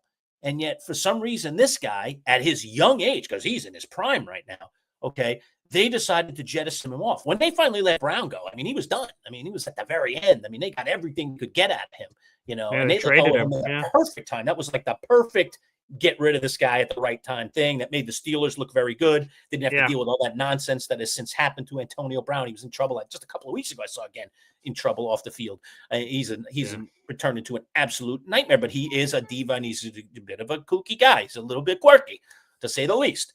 All right. Pickens, that's for sure. But Pickens is younger, and Pickens had some, I'm sure, the same quirks that Brown has had, and yet they couldn't deal with him, and now they've let him go. And this is going to be a tragic mistake for them because already it is, but it could turn into a big mistake because this guy could be among the best receivers for the next 5 years in the NFL if he has good health. Yeah. And he's got a quarterback that's going to be there, that's locked in, that gets him the ball, and he's got a good complementary receiver. He's really supposed to be the complement to the other guy, CD Lamb, who's fantastic. But they have a great 1 and 1A, however you want to put those two guys. And so the table is set for him to have great success. And the Steelers are actually, in a rare instance, going to look like idiots on this one. And that's just the way it goes. And Boy Green's looking like a genius too, because he's got him on his fantasy team. I wanted him so bad I just had a feeling. I'm like, man, he's so talented with a stable quarterback in Dak. CD Lamb on the opposite side. Boy, I love it for George. And again, I wanted him in every fantasy league I'm in. I only got him in one, and it's a champs league. And that was our last league. And I'm like, you know what? I don't give a crap. I am going to overdraft this guy. I'm going to take him because I feel so good about him. And I don't care what anyone else says. Everyone's going to give me eye rolls in the draft room. You just want to get guys that you believe in, and he was definitely someone I believed in. Okay, that's fair enough, and it's worked out. That's been really, really good. I've not had some of the same luck, and although I was happy, BG, that Michael Wilson came back down to earth this week. That's too bad. For returning to the lineup. But you want a little plus on the end of this. Sure. BG. Yeah. Okay. Harrison injured his heel late in that game. Oh, I missed that. Came out of the game, and if he's out for another Michael Wilson's back, baby. Right back to the top. I mean, you got a star receiver. I mean, they were making all these claims. Wilson's still going to get plenty of action. He didn't. He calmed way the heck down, and they delivered the ball to their top guy, which is what they should do, coming off the appendectomy. But now he injured his heel, and he is already questionable for next week. So if you get another couple of weeks of Michael Wilson, phenomenal. It'd be what a bonus, players like that. That's why I say the karma just seems to be playing to you this year. I am not getting good karma. I mean, for JSN to go out and lay an egg like that on a week where I could have taken down Bartle and probably knocked him out of the playoffs. Oh, just brutal, Yeah. I'm lucky. I'm at a luxury where I can afford to lose, and it's not going to kill me no matter what. But still, I don't like to lose, and it was tough. That was a tough pill to swallow. I thought going into those 4 o'clock games, all right, baby, here comes my main man. I'm ready on stage. And then I watched that game. I was like, are they going to throw it to him or what? What's happening here? I'm just screaming. That's what I had with Justin Jefferson. What are you doing? Jefferson, same thing. But that situation is different because they're just in quarterback hell. Well, that's true. Yeah. Since they've lost their starter and then their backup Carson Wentz, because Wentz was able to still get him the ball. Yeah, for sure. Since that's happened, and now it's J.J. McCarthy, and It's a disaster. And now what was the kid that yesterday? I never Max heard of him. Brosmer. Brosmer. I was like, what? This is their starter today? And he was terrible. Couldn't even get him the ball. Yeah. So poor Justin Jefferson. Thanks, Max. Oh my goodness. Is he regretting signing that contract extension? That's probably he's true. going to be, they don't get their QB situation together soon, man. He's going to be asking out of there. I mean, he's going to be divaing up. Maybe man. to your Giants. Huh? Yeah, next, I'd take that guy in a heartbeat. I going into the season, I know there are a lot of great receivers. Jamar Chase probably was at the top of everybody's list this year in terms of maybe the best receiver in football. I think it's proven at this point. We'll see how the season ends. Still more games to go. That JSN might be that guy, and some other guys like Pickens and have closed in. But the fact of the matter is that it's just crazy how the ebb and flow changes things, and how guys are great for one moment and then they kind of fade a little bit the next. So all right, anyway, some other games I want to get to, BG, before we get out of here. All right, so we took care of the Thanksgiving games. Unbelievable, the Bears taking down Philadelphia in Philly. That's the even more challenging thing, that game happened in Philadelphia. So kudos to Ben Johnson, kudos to the Bears. I'm still a little, I know the Bears record is good. I know they're the number one seed overall, but I still watch them, and I've watched a good number of their games, pillar to post this year. Mm-hmm. And this was one of the ones that I did because it was all by itself on a Friday. Caleb Williams does great things, and then he just does awful things. His decision-making in critical moments is beyond questionable. Sometimes he just is a wide open guy and he just sails it over the guy's head. You're just like, what was that? The guy had no one within 5 yards of him. Just put it somewhere on him. Put in his catch radius. The guy will catch it. There's no one bearing down on him. He's not going to have to worry about getting clocked. And yet Caleb just tosses it over his head and out of play. You're just like, what just happened? So I really like a lot about the Bears, but until Caleb really rounds into form, I don't think that they can go the distance. I mean, it's just too scary. He's just going to make mistakes. He's going to do the wrong thing. They're not ready yet. But that was a very good showing against a team that obviously has some fleas. We've been talking about it for weeks, and now those fleas are starting to surface a little bit more. That Philadelphia offense is putrid. I mean, I don't know. That is, other than A.J. Brown, do they have anything? What is going on? Barkley, they've completely forgotten how to use him. Hurts seems to be scared to throw the ball half the time. They're not using him much as a runner. Everything's upside down and backwards in Philly. I have no idea what is going on there, but they are. And Eagles collapse again? We saw it a few years ago. Yeah. Weirdly in trouble again. Houston, Indianapolis. Come on, we got to talk about that game. Yeah, baby. Goodness, Indiana Jones indeed now is just Daniel Jones. Yeah. It has all come full circle. Now, kudos to the guy. He's out there playing with a broken fibula. What the heck? I've never heard of that before. When I heard of that, the guy's out there playing with a broken leg. It is a bone in your leg that connects your knee basically to your ankle. It's on the outside part of your leg. I looked all this up. I was like, what the heck is this? And why would you risk that? And that seems crazy. But there he was. But it didn't make a difference. That Houston defense is tough. CJ Stroud returned. He don't look that great in all honesty, but they did enough to get the win 20-16. And again, that game on the road in Indianapolis. So those were two big ones in the NFC. 100%. One in the NFC, one in the AFC. Yeah, I would just say this again. Thank goodness the Colts got good news on, and I know Jet fans will know this name, Sauce Gardner, who got traded over there. He appeared to have a non-contact injury. There's a lot of fear of an Achilles. Apparently, it's being reported this morning a calf strain. He could miss a few weeks. He could be back in a short amount of time. You want to be careful with that because calf strains can often lead to Achilles injuries.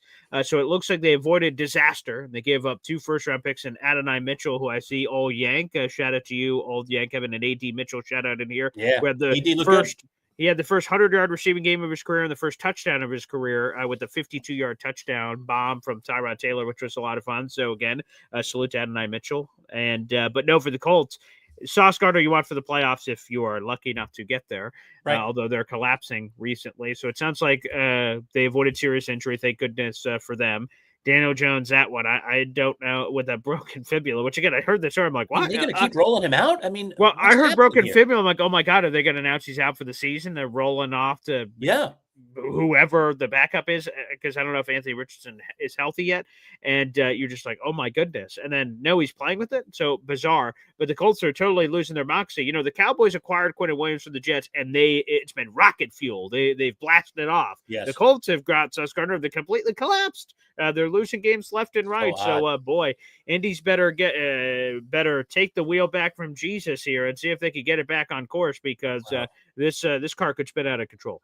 Yeah, that was, I think, I know they've, it's the games leading up to this one. This one, I knew was going to be a tough one for them, because that Houston defense is arguably right now playing the best football of any defense in the league. Of course. Yep. And defense is often impermeable to road. Road sometimes even inspires a defense a lot of times more than it hurts them. I just think like the stars were aligning here a little bit for Houston. They're in desperate times. They had that terrible start and they're trying to get back into mix, and they kind of are. But Indy, that was just bad timing. I think if they could have got a little easier opponent, maybe they could have skated by this one and then got themselves kind of back on track. But now they got another loss to deal with, and it's getting a little dicey. So I think that was really good timing for Houston to hit Indy at this moment, and they did. And then the fear of Jones out there with a broken leg playing against that defense, which is the biggest thing about them, is their pass rush. They just have tremendous pass rush. That was just scary. The thought of that was just scary. Tampa Bay found a way. I mean, it wasn't impressive, but 20-17, they beat Arizona. Baker out there playing with a bum shoulder on his left shoulder, his non-throwing shoulder, but still out there and toughing it out. But they did beat Arizona 20-17. Brissett again, just chucking the ball all over the yard. He's throwing it everywhere. Marvin got back, as we mentioned, back in the lineup off the appendicitis and had a bunch of catches, looked pretty good. But Arizona, again, they're like almost good enough every week. They've had some good performances, but they just aren't equating to wins, unfortunately. So they go down to Tampa Bay. Any surprise there for you? Yeah, not enough Michael Wilson. There's that Saturday Night Live skit, Christopher Walken, and there's like, I need more cowbell, more Michael Wilson. That's what I need, both for my fantasy team and for the success of the Arizona Cardinals. Marvin Harrison Jr. Unfortunately, I wish I could say this in positive light, right? He's got roots around here, of course, with his father playing at Syracuse, being a Pro Football Hall of Famer. But he's been a disappointment so far in his NFL career to date. Michael Wilson, let's get this guy the rock, for God's sake. So disappointing. Yeah, disappointing to say the least. I get you. But wasn't disappointing, although Tennessee seems to be the elixir for anybody. But Jacksonville, very impressive against Tennessee, 25-3. Matt Lombardo had that on a lone wolf. Poor Matt. That was not even a close game. Jacksonville, again, moving up in the standings. They were a team that I picked early, Boy Green. I thought this could be a good season for them, that they'd be a playoff team. Looks like so far I'm a soothsayer with both the Bears and now with Jacksonville. Were you impressed at all? I know it's the Tennessee Titans, so, how impressed can you be? Hey, quick nugget on the Titans side. They are on a crash course for the number one overall pick in back-to-back years, potentially.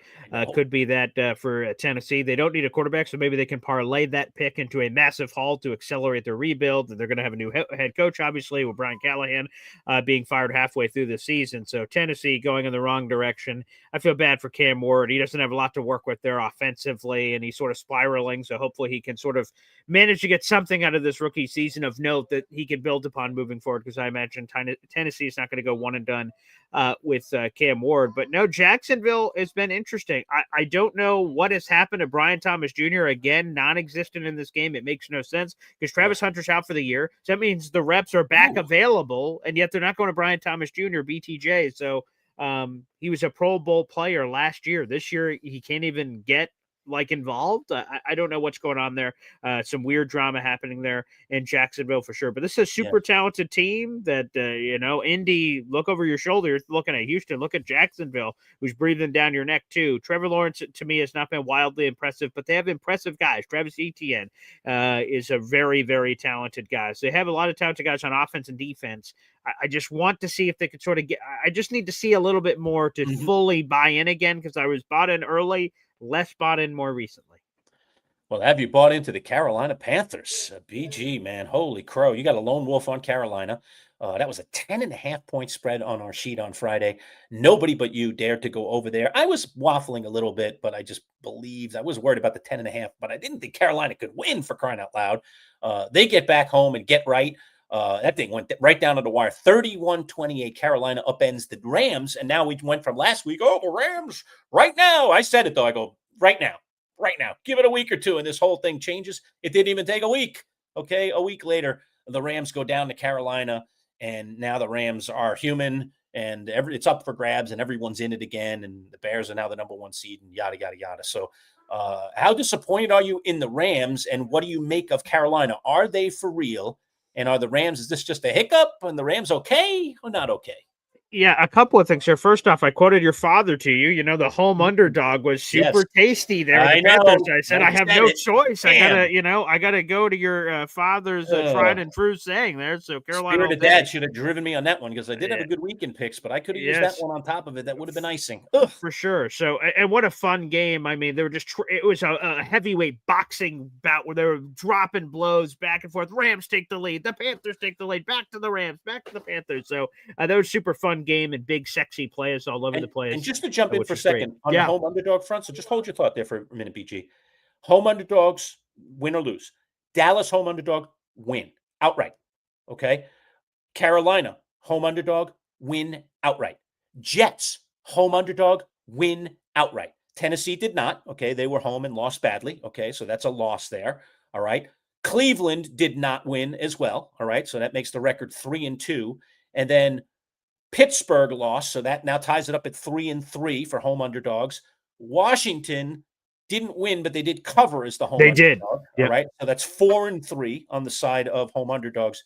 And tonight the Giants are the underdog, and they're on the road, so no worries there. So the dogs will have won 4-3. So if you just based on nothing other than I'm taking home underdogs, you would have gone 4-3 in those games, had an over 500 record. Yeah, right. Not bad at all. And I'll just go back to the Rams point to say, no, I'm not. I'm happy for the Panthers. That's great. And you're a guy. I love hearing Anish Shroff's voice on Sunday Night Football as they're referencing his calls from the game, which is good. So salute to Anish. Hopefully someone sent that back his way, that he was all over the place on Sunday Night Football, which was a lot of fun. And great coup for the Panthers. Again, they're very much in the thick of it against Tampa Bay for that NFC South divisional title. So that'll be fascinating to watch. And now for the Rams, it's a blip on the radar. Like, they didn't get blown out. There were questions of, and Sean McVay denied this, did you overlook this Panthers team? You're the Rams, this big, sexy team. Did you overlook Carolina? He said, absolutely not. We gave them full respect and things of that nature. Now, the Rams are still awesome. They barely lost in a shootout. The Rams had a lot of impressive feats themselves with Devontae Adams catching touchdowns, and Matthew Stafford doesn't throw a lot of picks. He had a bad pick six down the left hash too. So no, I'm not concerned about the Rams. I think it's just tip of the cap to the Panthers, tip of the cap to the Rams. You got beat by the better team that day, and you keep moving forward. Hep is in the comments today. Welcome aboard, Hep. He's got a Jack Youngblood played with the program. Oh, wow, there you go. That nice is reference. True. I do remember that back in the day. There were some bloody players, and then he offers this thought up as well.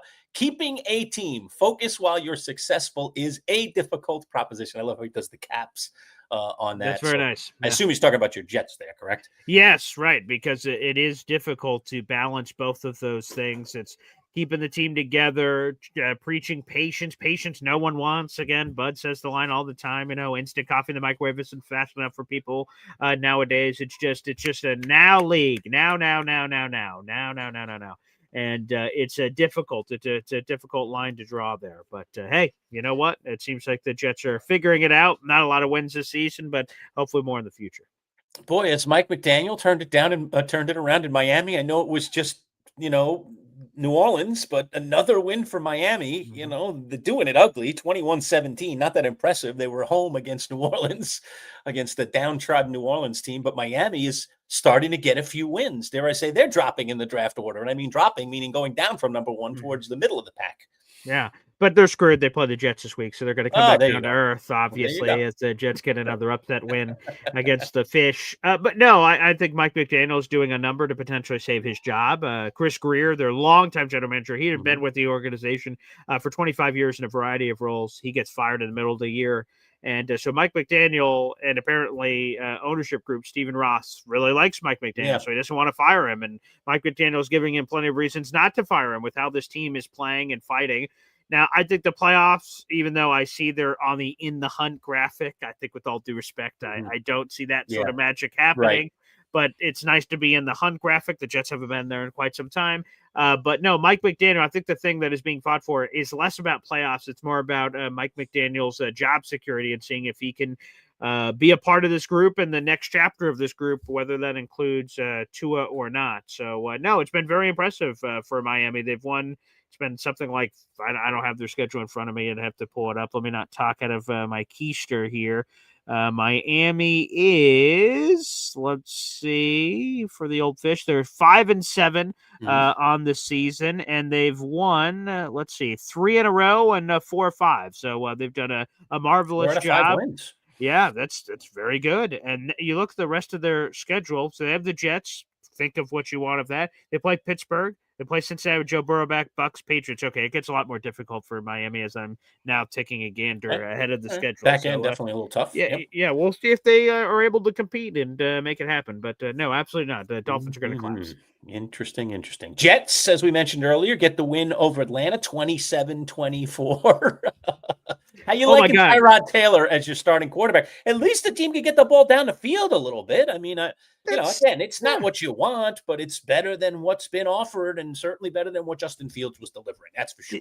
Yeah, I think there are two statements that can be true. That Tyrod Taylor is a clear and obvious upgrade over Justin Fields, but also that's not saying much because Justin Fields is terrible. So, Tyrod Taylor is moving the ball a little bit, giving his kid shots. A.D. Mitchell, again, 52-yard touchdown, which, by the way, Tyrod missed through, but thankfully the defender falls down and A.D. Mitchell makes a play and is able to catch it, secure it, and finish it and go over the goal line. The Jets defense, for the love of everything that is holy, could not stop anything with Bijan Robinson. He ran the football. He caught the football in the backfield. On the Falcons, I don't know why I didn't call any other play not named Bijan Robinson because those plays always worked. But thank you, Falcons, for not calling those for whatever reason. That's what I don't understand about that team. That's another mystery about that team is they get that guy rolling and then they run in Algier. You're like, what are you doing? Yeah, right. Or anything. Or all of a sudden, like throwing it to David Sills the fifth. Does anyone know who David Sills the fifth is? Probably not. Yet he's getting 4, 5, 6, 7 targets in this game.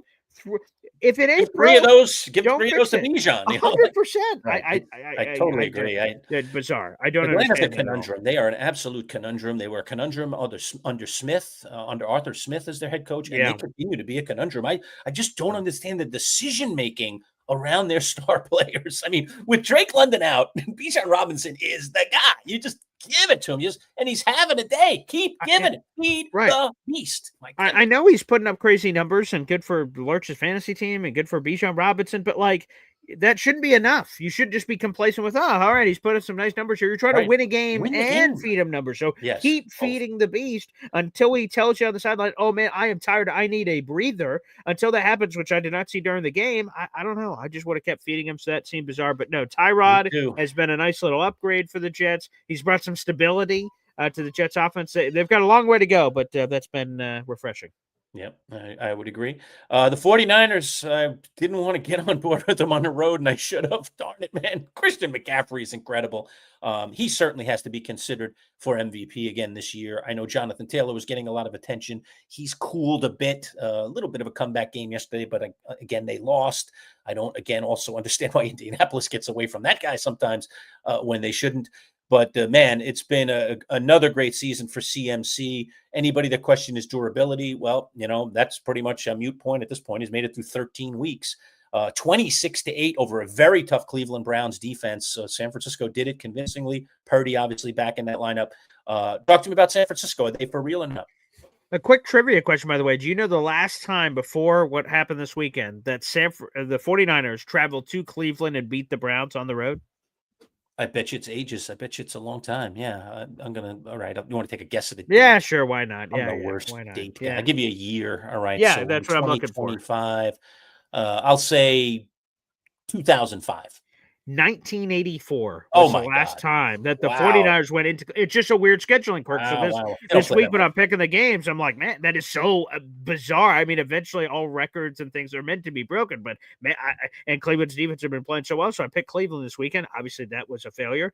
But, no, to your point, Christian McCaffrey being healthy for the people in fantasy, you took him somewhere between the 6th overall pick and the 12th overall pick. If that hit – you got the number 1 overall player in fantasy, and that's what a lot of people got. So he's spectacular.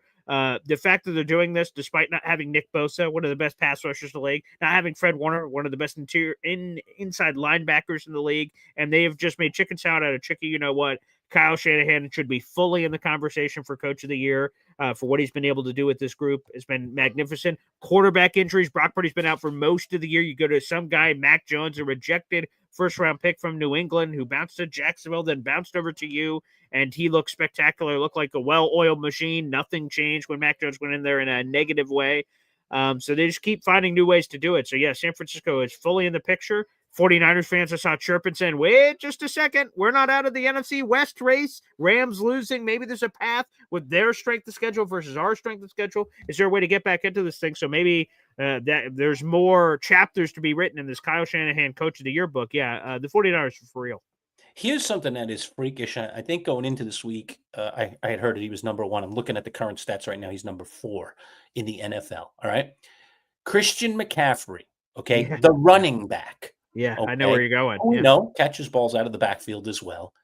Going into this week was had the most receptions of anyone in football. After this week, he's got 85. The leader right now is Trey McBride, who's racking him up as a tight end, who has 88. And then right behind him, Jamar Chase, then Puka Nacua, and Christian McCaffrey, and JSN is in 5th with 82. So, I mean, think about that for a minute. This guy is a running back, and he was leading the league in receptions. And he also does stuff running the ball, too. It's not like you only throw to him. He does well. He is as versatile as they come. He is an incredible receiver. He has tremendous hands, great elusive ability. You think running backs would be easier to cover out there. This guy is impossible to cover. 85 reception. That is crazy. Crazy tough. He's going to top 100 receptions this year in the NFL. Easy. Well, so if you look it up in the NFL history books, wow, a running back doing this is crazy. What running back has the most receptions in a single season in NFL history? What's the number?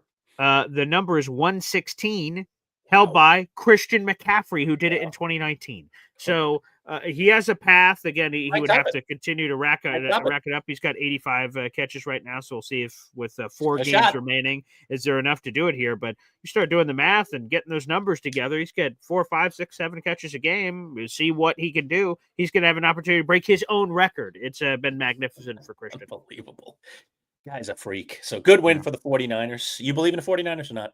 I do. I think they're legit. I think they're for real. Now, there's a lot of really good. The NFC is freaking loaded. AFC, you're like, man, who the hell is coming out of this thing? Yeah. Somebody has to. And the NFC, you're like, damn, like, man, who is going to battle beaten and like, I think the NFC playoff picture, whoever comes out of the champion of the NFC to be that representative, like they're going to have earned it with the teams that are in the NFC that are stacked. AFC may have a lighter path, which may benefit them in the Super Bowl, that they didn't get beat up throughout the entire thing. Maybe they play a slew of easier opponents. Again, we'll always see football's an interesting sport, but the NFC is freaking loaded. But yes, I do believe in them. Then Seattle manhandled Minnesota. We don't spend a lot of time on that. Again, they just ground and pounded it, and Minnesota just. It's a cruise control victory. I mean, absolutely. Kind of Max Brosmer was terrible. I mean, I want to look this stat up really quick. Sure, yeah. I want to make sure I get it right. Okay. Hold on. Yep, sure. Okay. I like stats. Getting us to the next game here. A little lead up to it. As you're getting into it, I just want to give a shout out to our 200 people that are watching our show right now. Make sure you guys like the video. That is the free way to contribute here on the MC Show digital content channels. Wherever you're watching, make sure you guys like the video. And again, hey, let me see. What's our let me look at our current numbers here, alerts, see how close we are to speaking of breaking records here. We'll see for the Manchild Show with Boy Green digital channels. Let me see. We're at 378 subscribers. Folks, we're 22 away. Subscribe right now to the channel. I'd love for it to happen while we're live. Bobby Mercer Baseball. There you go, baby. There you go. Full screen. Get to 400. Love it. Love it.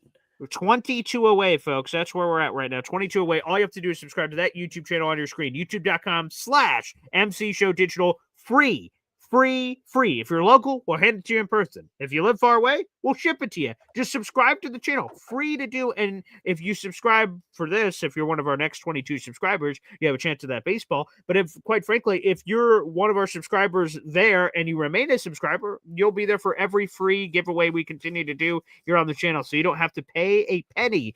Just go over right now. If you're on your phone, just jump over to the YouTube tab, subscribe to that channel, do it on your computer, open up a new tab. It's super simple. So I'd love to get it in the middle of the show. We're 22 subscribers away. We're getting closer and closer. That's Lurch's magic number.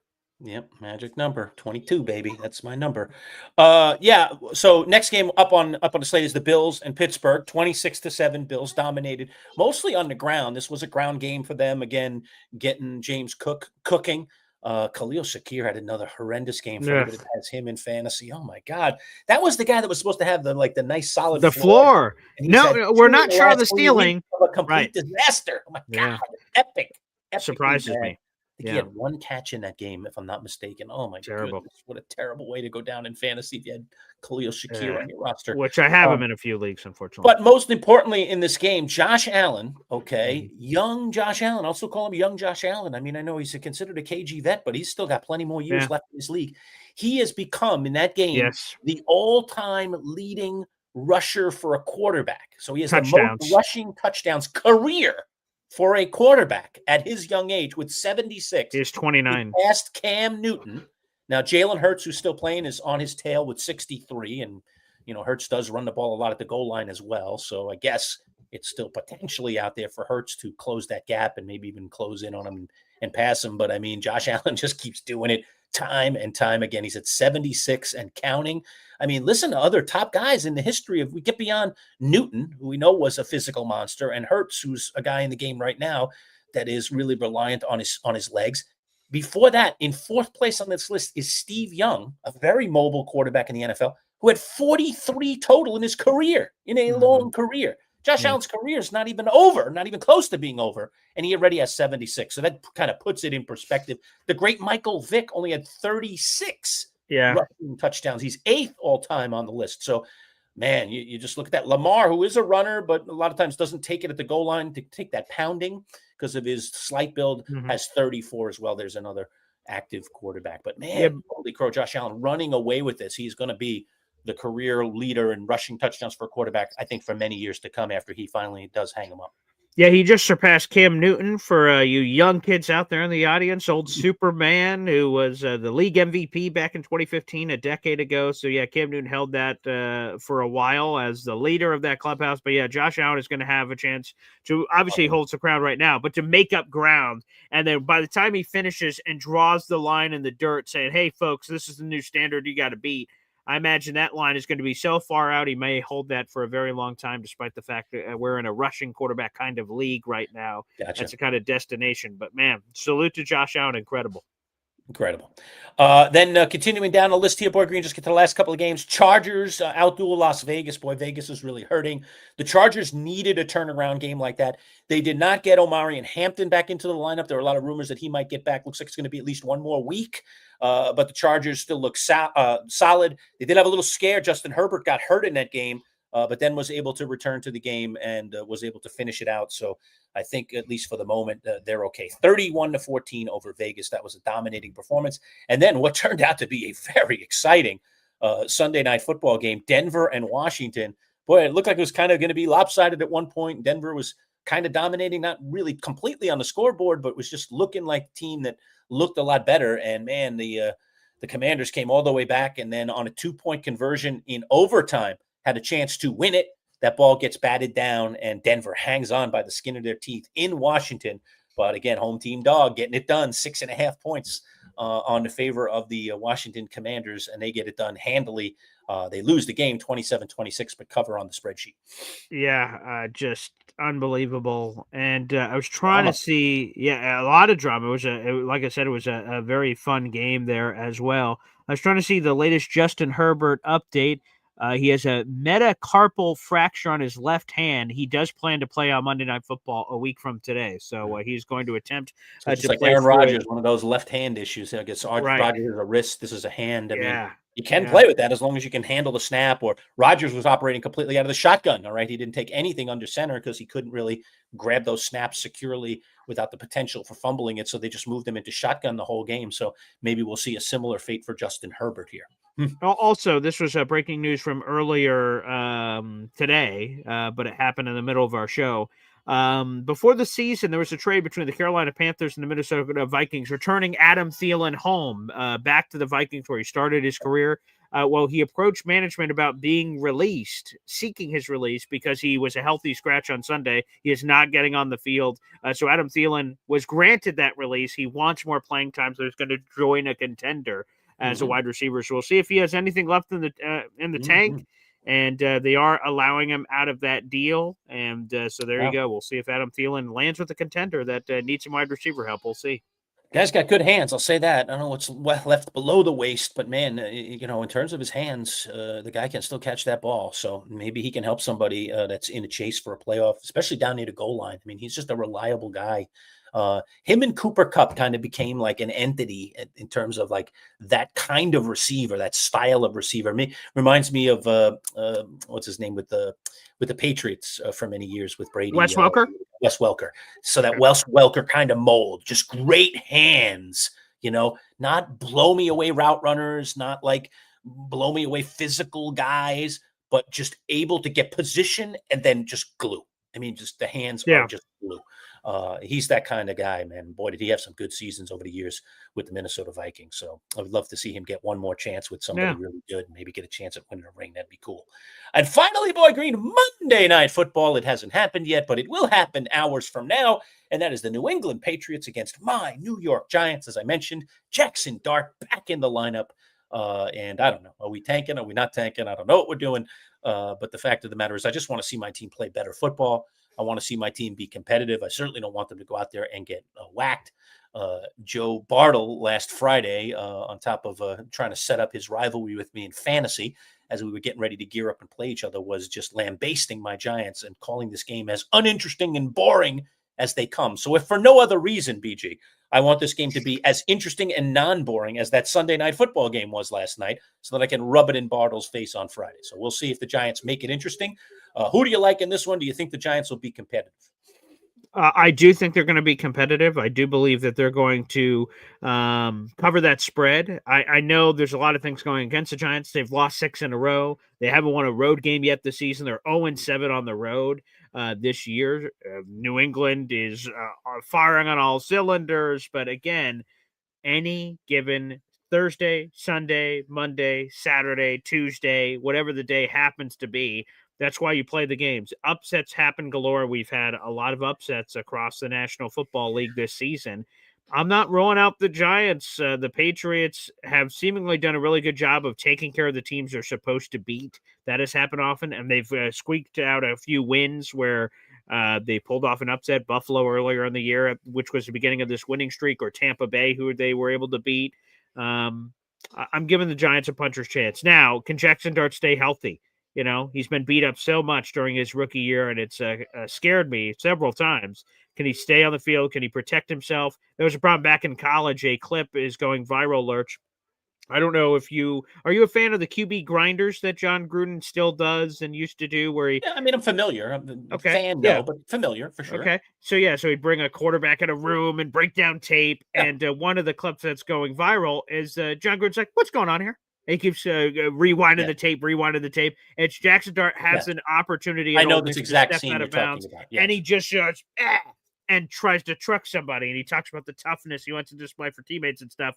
And John Gruden's like, if you do this on my team, buddy, trying to get I don't have quite the Frank Caliendo John Gruden. He's like, let me tell you something, man. You do this, you're going to be on the injury report. You're not going to be playing for me because you're going to be hurt. You can't be doing this. You got to protect yourself. And Jackson Dart goes, yeah, I know. I got to do better with that. I'm sorry. I'm going to work on it. And then fast forward to the Giants. It's the same crap. Yeah. He's just programmed in that way to freaking put himself in dangerous positions. I agree. He was apparently Evil Knievel for Halloween this year, trying to do all these dangerous stunts.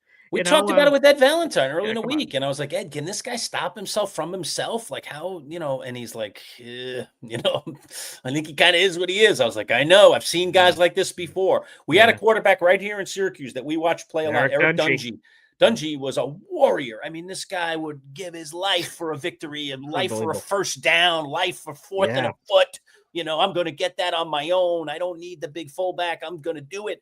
And he took some shots. He had an epic amount of concussions. I am very, very worried about that young man and his future when he gets to be 40 and 50 years old. What is that squash going to be like in between the ears with all of those hits he took and the many concussions that he took in college? Yet I know that coaching staff, I talked to them. They were trying to get him to slide. They were trying to get him to run out of bounds. They were trying to get him from seeking contact.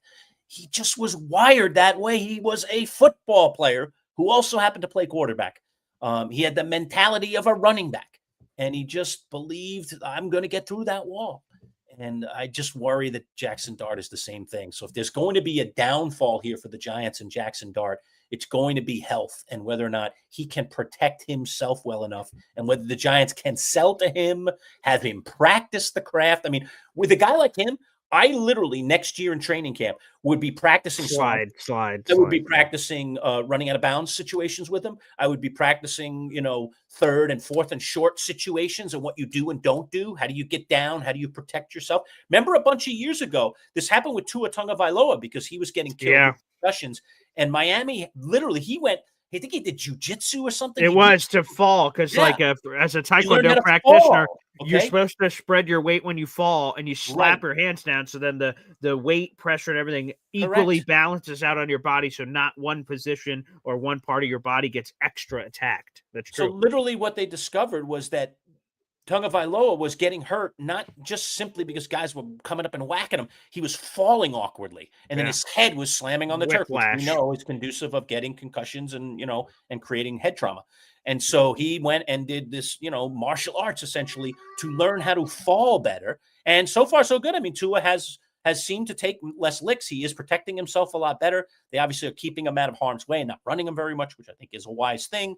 All right. But I do think that all of this stuff, this learning period that he had to go through, has at least made him a guy that can be on the field every week, which is what the Dolphins need if they're going to play winning football. They need their quarterback on the field. And the same thing for the Giants going forward. So they ought to invest some time, some money, some staffing, all in an effort to convince this young man about what is best for him and the organization going forward and make it mandatory that he understands what he can and can't do on the football field. You just got to do it. 14 years ago, Rex Ryan brought in Derek Jeter to the Jets practice facilities to teach Mark Sanchez to slide. And it seemed like the most ridiculous thing outside the building. But hey, man, if that at all worked or contributed, because Mark Sanchez would put himself in compromising, dangerous situations. And they literally brought in Derek Jeter to show him how to slide and all this other stuff. So, hey, whatever works, man.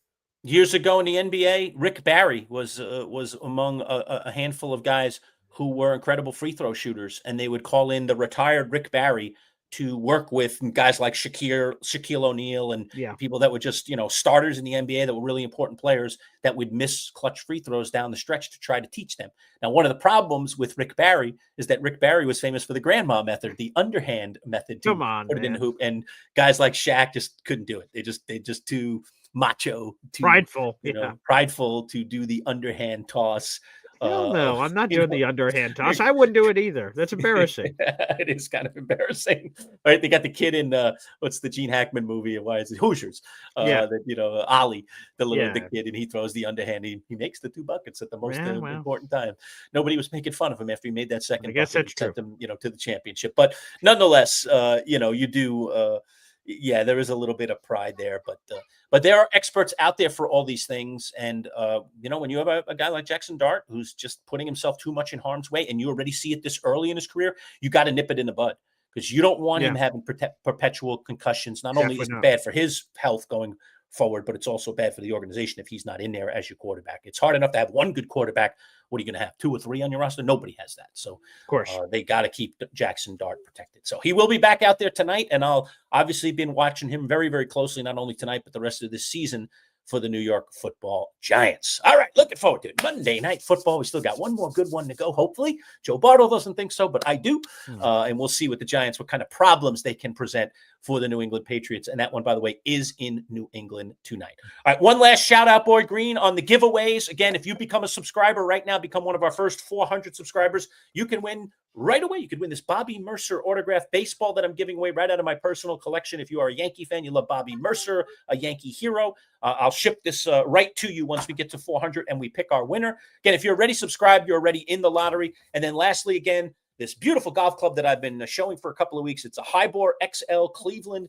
Beautiful driver. It's $400 value. It was donated by our friends at Play It Again Sports. We're going to give that away to one of our first 500 subscribers. So again, you're already subscribed. You have nothing to do. If you're not subscribed, subscribe now. It's absolutely free. And just become part of our growing family. You also help get our product out to more people. The more people that subscribe, the more people that click like. You can hit the thumbs up like if you want as well, anytime during any of our videos. That also helps kind of spread out our audience in the YouTube way, in the YouTube universe, and gives us more exposure to people who could potentially like our content and become subscribers, which is what we're all about at this point. We want to try and build our audience. Again, we've only been here for a few months, really in earnest, but we come from a 30-year radio background, so we're not just coming from nowhere, out of someone's basement, and so hopefully you find our content useful and fun and engaging, and we'll do more fun and engaging stuff again as we grow our little community. We're going to create a cool VIP club. We already got a name for it now, so we're working on that. So a lot of things going on behind the scenes, but we have to get to certain numbers on YouTube before we can do some of the things that we want to do. And so we need your help, frankly. We need you to tell a friend, and so on and so on and so on. And along the way, you can win some free stuff. Just being a subscriber, which is absolutely free, which is cool. Quick challenge flag alert, actually. Yeah. You said that, if you're already subscribed, there's nothing you got to do. I would say, hey, why don't you get your recruiting hat on and start getting people to subscribe so we can give away this stuff? We have no issues. If we reach 400 subscribers on the show, we'll give away that Mercer baseball right friggin' now. Or whatever. So the sooner we get those subscribers, the sooner we're going to give away the stuff. We're not just holding on to it because we want to. Right. We'd love to give it away as soon as possible. So yes, if you're already a subscriber, I saw Old Yank asking earlier, 400 yet? No, not. But Old Yank, do this. Recruit your family members, friends, anybody to subscribe to the channel. First off, let's be honest. I don't know if I want more Old Yank's family members. Well, but all right, Old Yank, we'll do it. We'll do it. But I'll tell you this, Old Yank, that increase your own chances. I ask my fiance all the time, hey, can you enter this contest for me? I want to increase my chances. Another person my wife that subscribed in to do that stuff. So 100%. And she constantly pulls me in. Can you put your email in there? I'm like, what is this for? She's like, Old Yank saying ouch. Right. I'm sorry, Old Yank. I didn't mean to ouch you. No, I was just kidding. But no, we do. We need you. We need you. We need your help, frankly, to grow the channel. It's just, it's a grassroots world, and we got to, in order to become viable, we need help from our grassroots audience that we currently have to push it out to people that they know, and so on and so forth. But my wife does that to me all the time. Get your email, and then I'm like, yeah, what's this for? I'm like, okay. So that's what I would say to Old Yank. She wins stuff all the time. It's crazy. Which again, it's cool. So Old Yank, that would literally increase your chances. And then let me know. Say, hey, Paul, I got my dad, my brother, my sister, my cousin, my nephew, my friends at work, whatever, and that can increase your chances of winning. So let me know. Feel free to reach out to me and say that out there. And cool. He says, I'm going to put it out on Twitter. Great.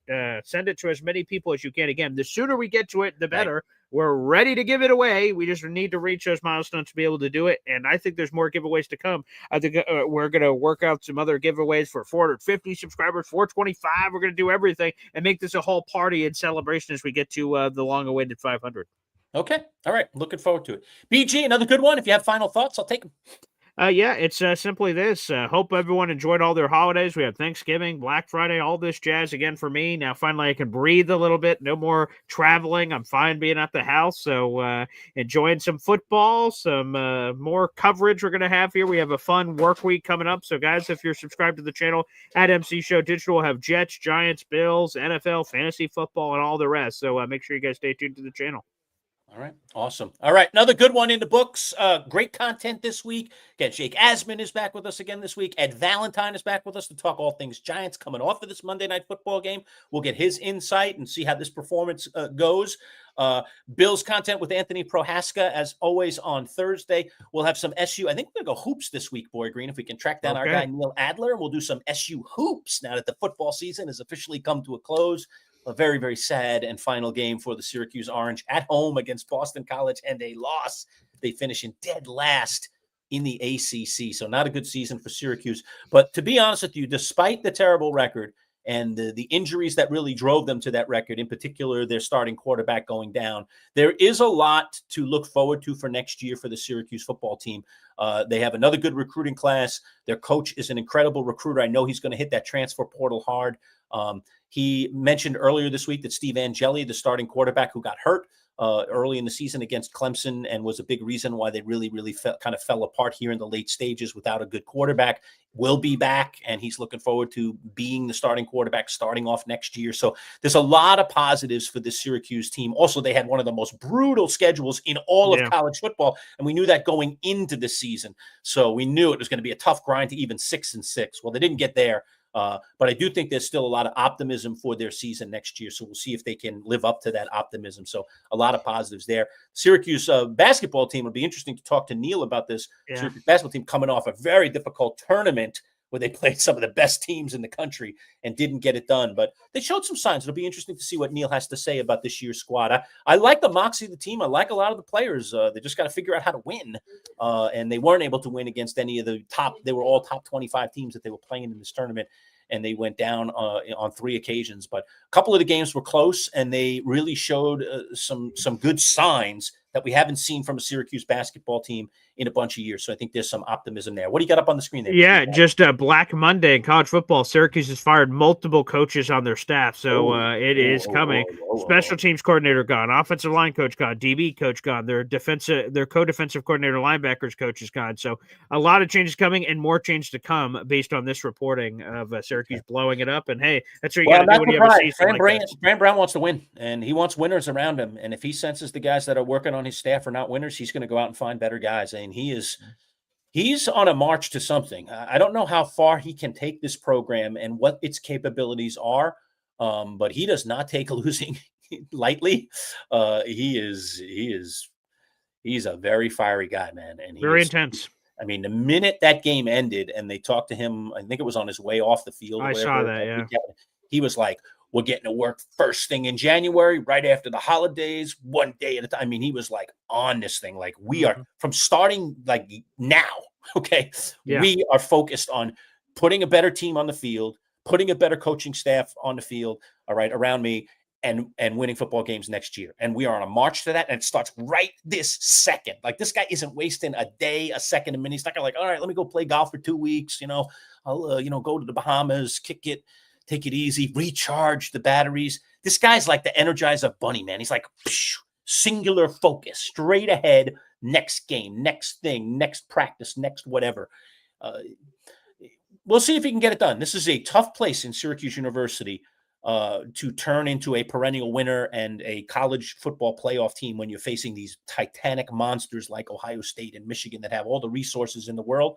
But I'll tell you what, man, this guy is going to get as much as he possibly can out of that orange that he's squeezing, all right, in Syracuse football. So we'll see what next year brings. A down year, certainly, for Syracuse football fans. But I do not think it is gloom and doom like it once was, say, during the Greg Robinson era. Where it truly was gloom and doom. Not this time. Not this time. I think this guy is going to get it on the tracks. And I think we're going to see already some of that next season. But we'll see. Long way to go before then. But not for him. He started yesterday. My goodness. He's on it. All right, everybody. Thanks again for watching today. Again, all that content coming your way. Lots and lots of fun stuff all week long. We'll be back live again Wednesday at 11 as usual. Joe Bartle will be with us in his usual Friday spot live at 10:30 as well. All right, so we'll see you for our lives. We'll see you for all our other interviews that we'll be dropping throughout the week. So stay in touch with us. And again, one last time, subscribe to the YouTube channel. It's youtube.com/MC Show Digital. You can become a subscriber and win some free stuff, including a Bobby Mercer autographed baseball right now and a golf club once we get to 500 subscribers. All right, we'll see you. For Boy Green, it's the Manchild. Peace out.